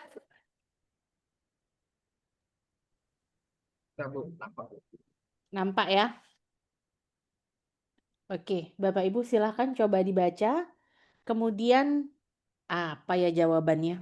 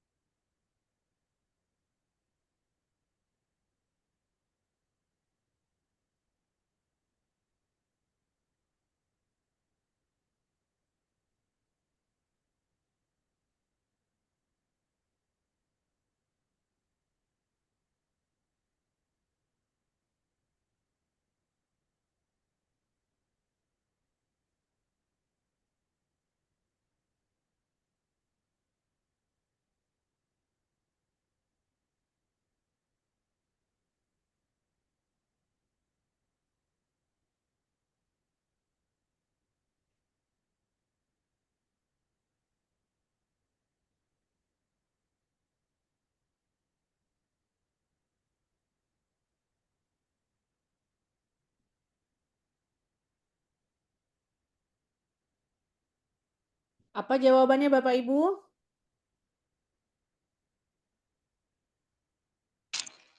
Jawabannya E. Jawabannya E, Bu. E. Ada yang lain yang berbeda dengan ibu-ibu yang lain? B, Apa, Pak? B yang B. B. Botol maksudnya?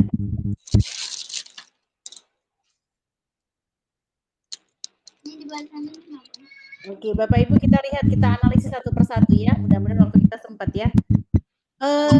Ya. Ketika berhadapan dengan soal sepanjang ini ya, Bapak Ibu ya. Bu Tiwi, soalnya kenapa panjang sekali ya, Bu? Semua soal memang panjang banget. Jadi kadang-kadang ini strategi teknik untuk Bapak Ibu. UP besok, Bapak Ibu, ketika UP, ingat Bapak Ibu, berhadapan dengan yang namanya waktu, bukan hanya pengetahuan jawaban. Bapak Ibu harus berlatih membaca cepat dengan baik, yang pertama. Yang kedua, ketika sudah jumpa soal sepanjang ini, Bapak Ibu langsung baca pernyataan soal paling akhirnya. Apa pertanyaannya Bapak Ibu? Langkah aktivitas guru PAI paling tepat dalam merancang pembelajaran sesuai PBL dan integrasi teknologi adalah berarti ini fokus Bapak Ibu, jangan lagi lihat yang ini. Bu Tiwi, jadi nanti cemana Bu kalau kami nggak tahu? Baru kita rujuk ke sini Bapak Ibu. Kalau dari pilihan A, B, C, D, E-nya ini tidak dapat gambaran jawaban. Kalau seandainya Bapak Ibu seperti tadi membaca soal dulu, kemudian menjawab, percayalah Bapak Ibu akan kehabisan waktu dalam menjawab UP. UP itu Bapak Ibu bukan hanya, saya tegaskan sekali lagi, bukan hanya mahir pengetahuan, tetapi Bapak Ibu berhadapan dengan yang namanya waktu. Ya, yang pernah tes PNS, CPNS, tahulah ya gimana waktu itu membuat deg-degan. Apalagi kalau UP sekarang dihantui dengan mati lampu. Itu ada ini baru ini kejadian di Aceh Utara, guru yang nangis-nangis ketika lagi jawab UP ternyata mati lampu Bapak Ibu. Gagal UP-nya ya. Nah, jadi mudah-mudahan itu tidak akan dialami oleh Bapak Ibu semua. Dan perhatikan, baca pertanyaan soal paling akhir. Langkah aktivitas paling tepat dalam merancang pembelajaran sesuai PBL dan interaksi teknologi. Berarti Bapak Ibu sudah cari saja yang ada PBL-nya dan ada teknologinya. Kita lihat yang pertama. Podcast audio, ada teknologinya. Apakah ada PBL-nya di sini? Nggak ada, berarti sudah pasti gagal untuk jadi jawaban. Guru cuplikan berita digital, ada teknologinya? Ada. Memahami konsep takdir, mengarahkan siswa mencari penjelasan. Apakah ada PBL-nya? Nggak ada, berarti gagal juga untuk jadi jawaban. Yang nomor 3, slide ringkasan materi tentang kemudian menugaskan siswa untuk menjawab soal pilihan ganda. Ada digitalnya di sini teknologi, tanpa mengaitkan dengan kasus nyata. Benar apa salah nih Bapak Ibu? Yang C? Salah. Karena PBL itu identifikasinya adalah masalah. Berarti ada kasus yang harus diselesaikan.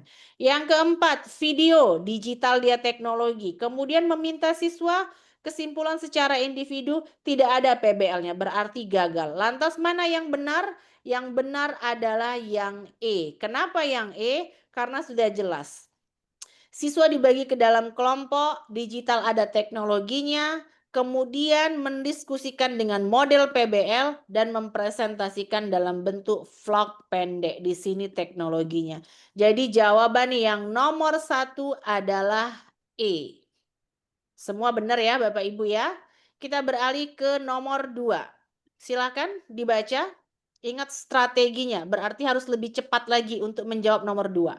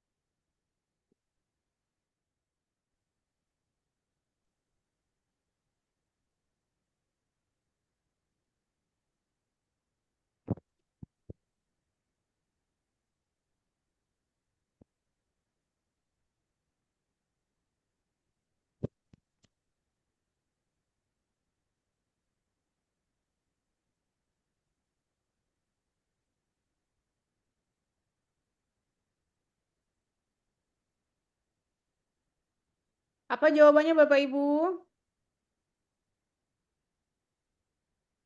Jawabannya A. Jawabannya A. Ada yang lain?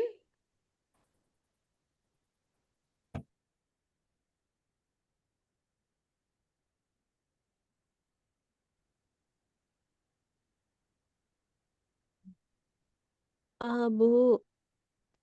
A. Yang lain?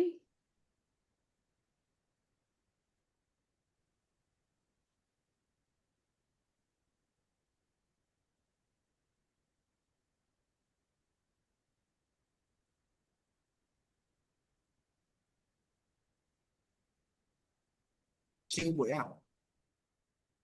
Pak Nur apa Pak Nur? Jawabannya C. Oke, kita Baik, analisis C, coba ya. DBL itu apa tadi Bapak Ibu? Differentiation based learning. Debe ka main HP. Hai dong hai ko na. Pakai ka main gede luar gede leh.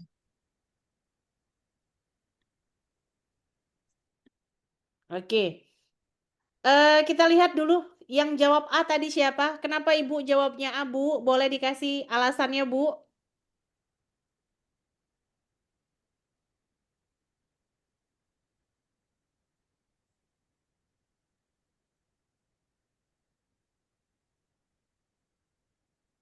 Oke. Oke. Bu Nur, boleh Bu Nur? Kenapa Bu Nur? Jawabannya A? Kalau kita lihat dari strategi diferensiasi based learning, di jawaban A itu ada, yaitu membagikan siswa menjadi beberapa kelompok. Sebagian mungkin ada yang tipikal anaknya itu harus membaca dulu atau melihat teks, sementara yang lain mendiskusikannya, Bu. Oke. Yang lain, yang tadi jawab kenapa C, Bapak Ibu? Saya memilih C, Bu. Kenapa, Bu? Karena di sini deep learning ini diutamakan pendekatan pembelajaran yang mendalam. Kalau bisa lebih cocoknya kita berikan langsung dengan seperti yang dituliskan di C. Kita memberi tontonan yang langsung tentang bencana alam. Kalau bisa yang langsung dari kehidupan sehari-hari mereka yang berkaitan dengan kasus di sekitar mereka. Jadi mereka bisa lebih memunculkan rasa empati, simpati. Nah, baru kemudian di sini untuk diferensiasinya ada di sini sebagian menuliskan refleksi, sementara sebagian lagi menyajikan analisis dalam diskusi kelas. Mungkin bagi saya itu C jawabannya, Bu. Oke. Benar ya, Bu? Jawabannya yang C ya, Bu? Bukan yang A. Kita perhatikan di sini, Bu. Kenapa yang C? Tadi kita harus melihat, Bu. Kalau dia diferensiasi based learning, semua siswa terfasilitasi. Kenapa bukan yang A kita lihat? Relevansi yang disampaikan tadi, guru menekankan iman kepada takdir, tidak membuat manusia. Kita baca soalnya ya. Sebentar, saya tutup dulu. Banget ini. Oke. Guru Pai di SM Harapan Bangsa sedang membahas materi tentang hubungan takdir dengan iman kepada hari akhir. Guru menekankan bahwa iman kepada takdir tidak membuat manusia pasrah, tetapi mendorong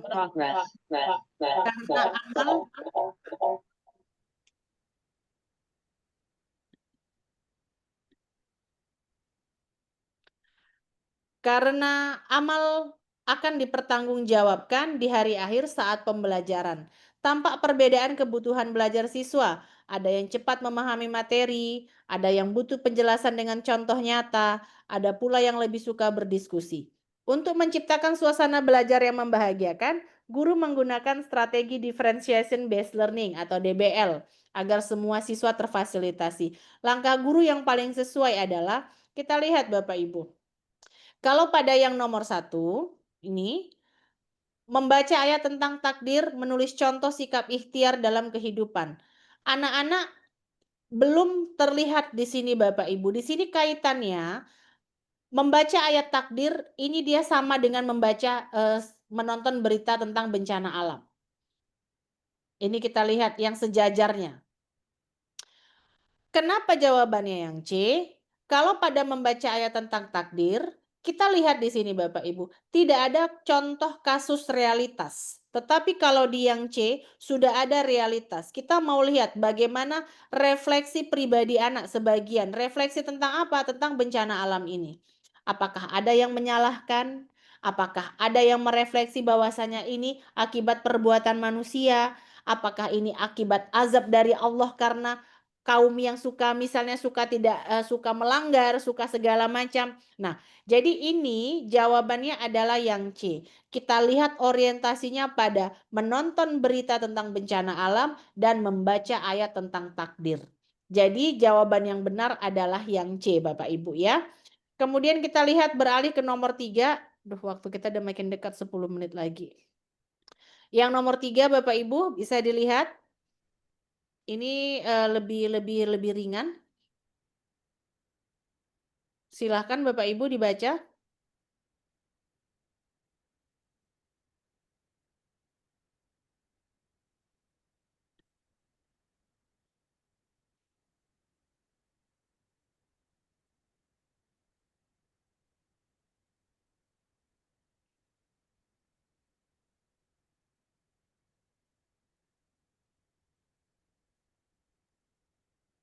E, Bu. Apa Pak? Kalau saya yang E, Bu. Yang E, ada jawaban lain?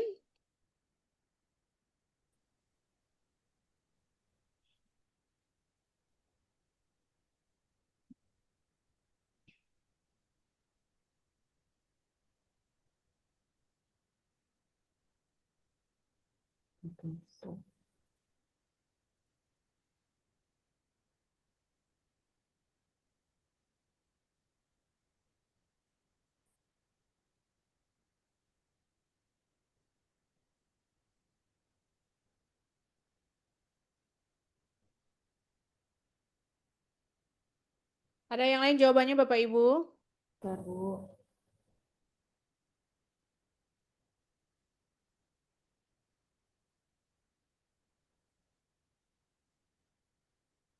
Ibu. E. Nggak ada yang beda, semuanya sama?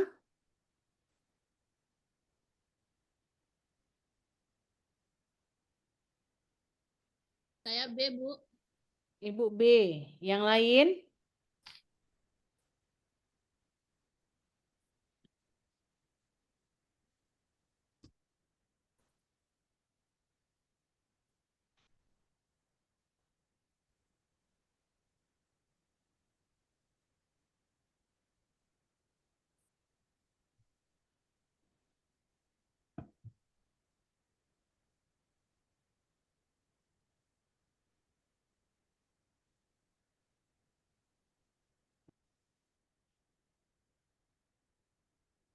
Yang lain ada Bapak Ibu?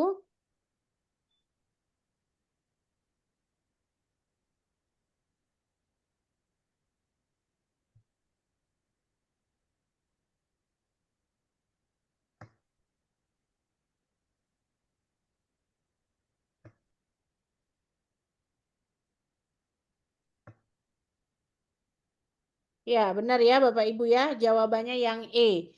Kenapa? Bapak Ibu kita lihat di sini sudah jelas ya. Alur perencanaan yang menunjukkan integrasi TPEC. Tadi TPEC itu apa kepanjangannya Bapak Ibu?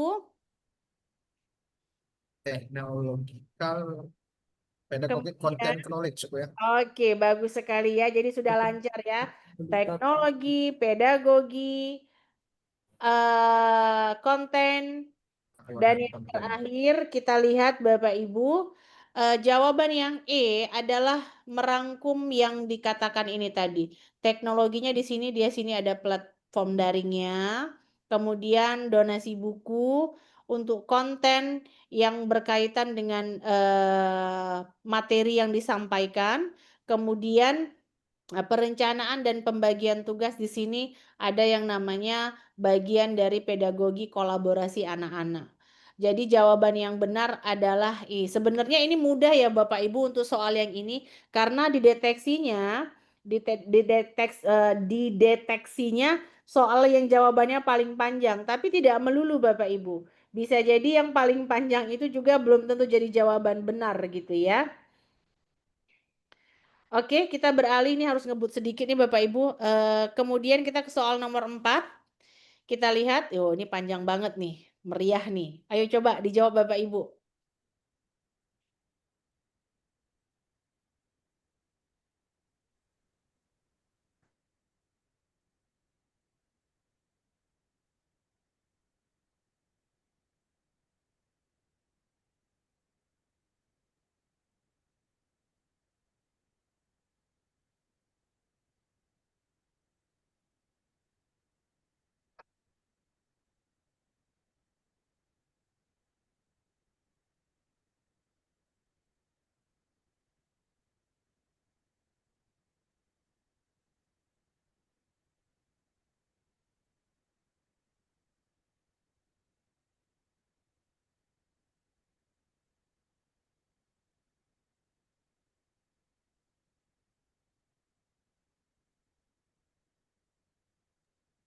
D, Bu.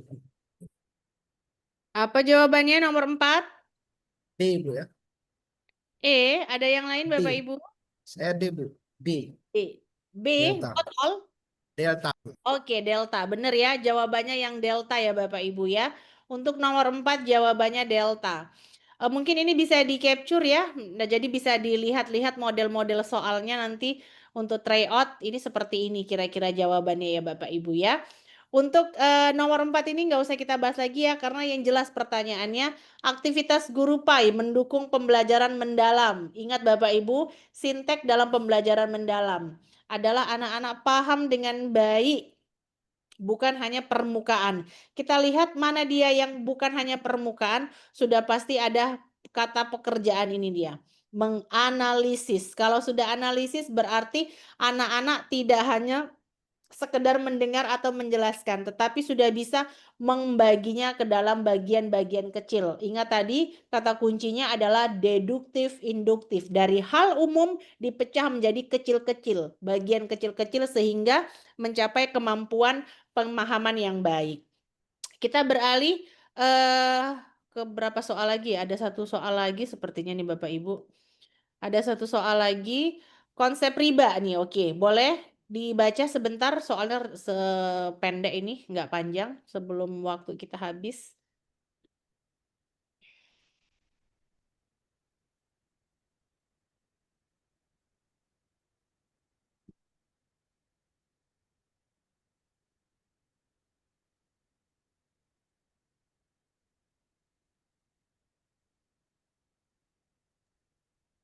C, Bu.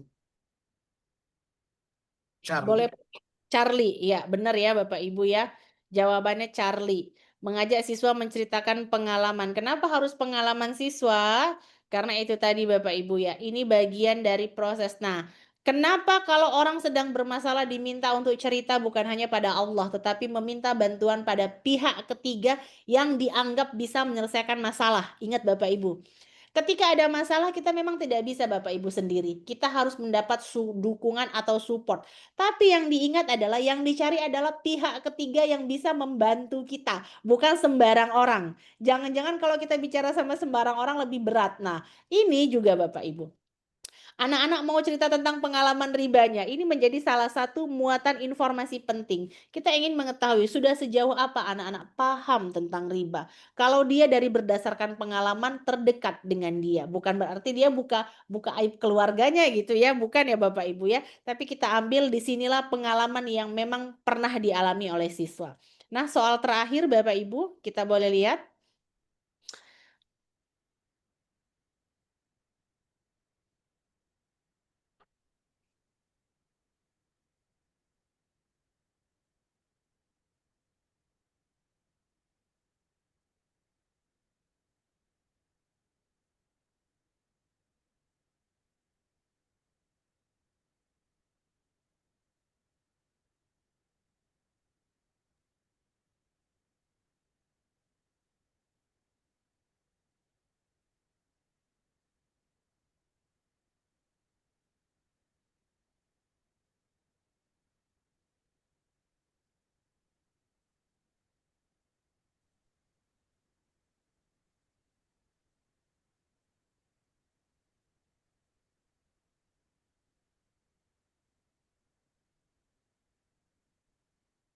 Apa jawabannya Bapak Ibu nomor 6? B. E, Bu. Eko. Jawabannya ada yang lain? B, Bu. Betul, B jawabannya ya, beta ya. Jawabannya adalah beta Bapak Ibu. Kita lihat kenapa? Karena di sini ada pertanyaan inklusi dan akomodatif. Artinya ada kebutuhan belajar siswa yang berbeda. Kalau kita lihat Bapak Ibu, kenapa jawabannya yang beta? Ada kata kunci ini. Tugas disesuaikan kemampuan masing-masing siswa. Jadi ini langsung nampak dia Bapak Ibu sebenarnya. Inklusi dan akomodatif memenuhi kebutuhan belajar siswa. Jawabannya adalah yang B. Oke Bapak Ibu, demikian pertemuan kita pada hari ini ya. Terima kasih banyak atas antusias. Sebelum kita tutup, saya diminta lupa tadi kita pembukaan Bapak Ibu ngambil gambar. Boleh dihidupkan dulu kameranya yang malu-malu Bapak Ibu sebelum kita tutup. Dipakai dulu lipstiknya gitu ya. Iya, jadi terima kasih banyak antusiasme yang sudah diberikan. Insya Allah besok kita ketemu lagi dalam materi. Besok materinya apa ya dengan saya ya? Coba saya lihat dulu. Apa ya materinya ya? Selanjutan pedagogi, Bu. Nah, itu lanjutan bukan kayaknya, Bu. Apa ya materi besok ya? Sebentar coba saya lihat dulu. SJT, Bu ya. Iya, SJT, bener. Siap. SJT ya, Pak. SJT atau bukan sih, Pak? Tunggu, Pak. Studi kasus, Bu. Studi kasus, Bu. Studi SJT ya. sama Pak Muhammad Rashid. Di Studi kasus, Bu. Oke, studi kasus. Berarti besok kita menghadapi kasus-kasus ya, Pak ya. Tetap semangat untuk kita dan untuk Bapak Ibu. Kita hitung ya. Saya hitung. 1, 2, 3. Oke, halaman keduanya. 1, 2, 3. Oke, senyumnya manis ya, Bu.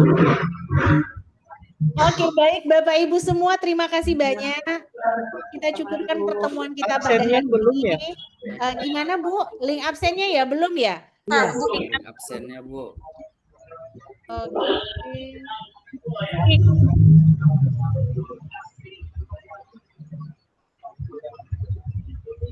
Nggak apa-apa, nanti saya share di grup aja nih sepertinya Bapak Ibu link absennya. Nanti saya cocokkan dengan nama Bapak Ibu yang hadir ya. Iya, Bu. Oke, nanti saya cocokkan insya Allah dengan yang hadir karena kayaknya ini saya lupa ini untuk link absensinya. Udah lewat juga waktu kita, mungkin ada Bapak Ibu yang mau beraktivitas. Selamat beraktivitas dan beristirahat. Tetap semangat ya Bapak Ibu ya. Demi grup GR di belakang. Mudah-mudahan tetap semangat dan Bapak Ibu juga mendapat pertolongan dari Allah Subhanahu wa taala hingga mudah menyelesaikan semua tugas dan tanggung jawab. Saya cukupkan pertemuan kita pada hari ini. Assalamualaikum warahmatullahi wabarakatuh. Waalaikumsalam warahmatullahi wabarakatuh. Waalaikumsalam. Udah boleh live Bapak Ibu, silahkan. Oke, kita keluar. Assalamualaikum. Salam warahmatullahi wabarakatuh. Assalamualaikum semua.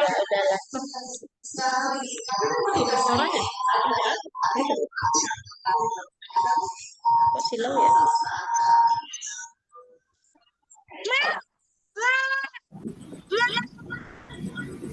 Assalamualaikum. Mana dia?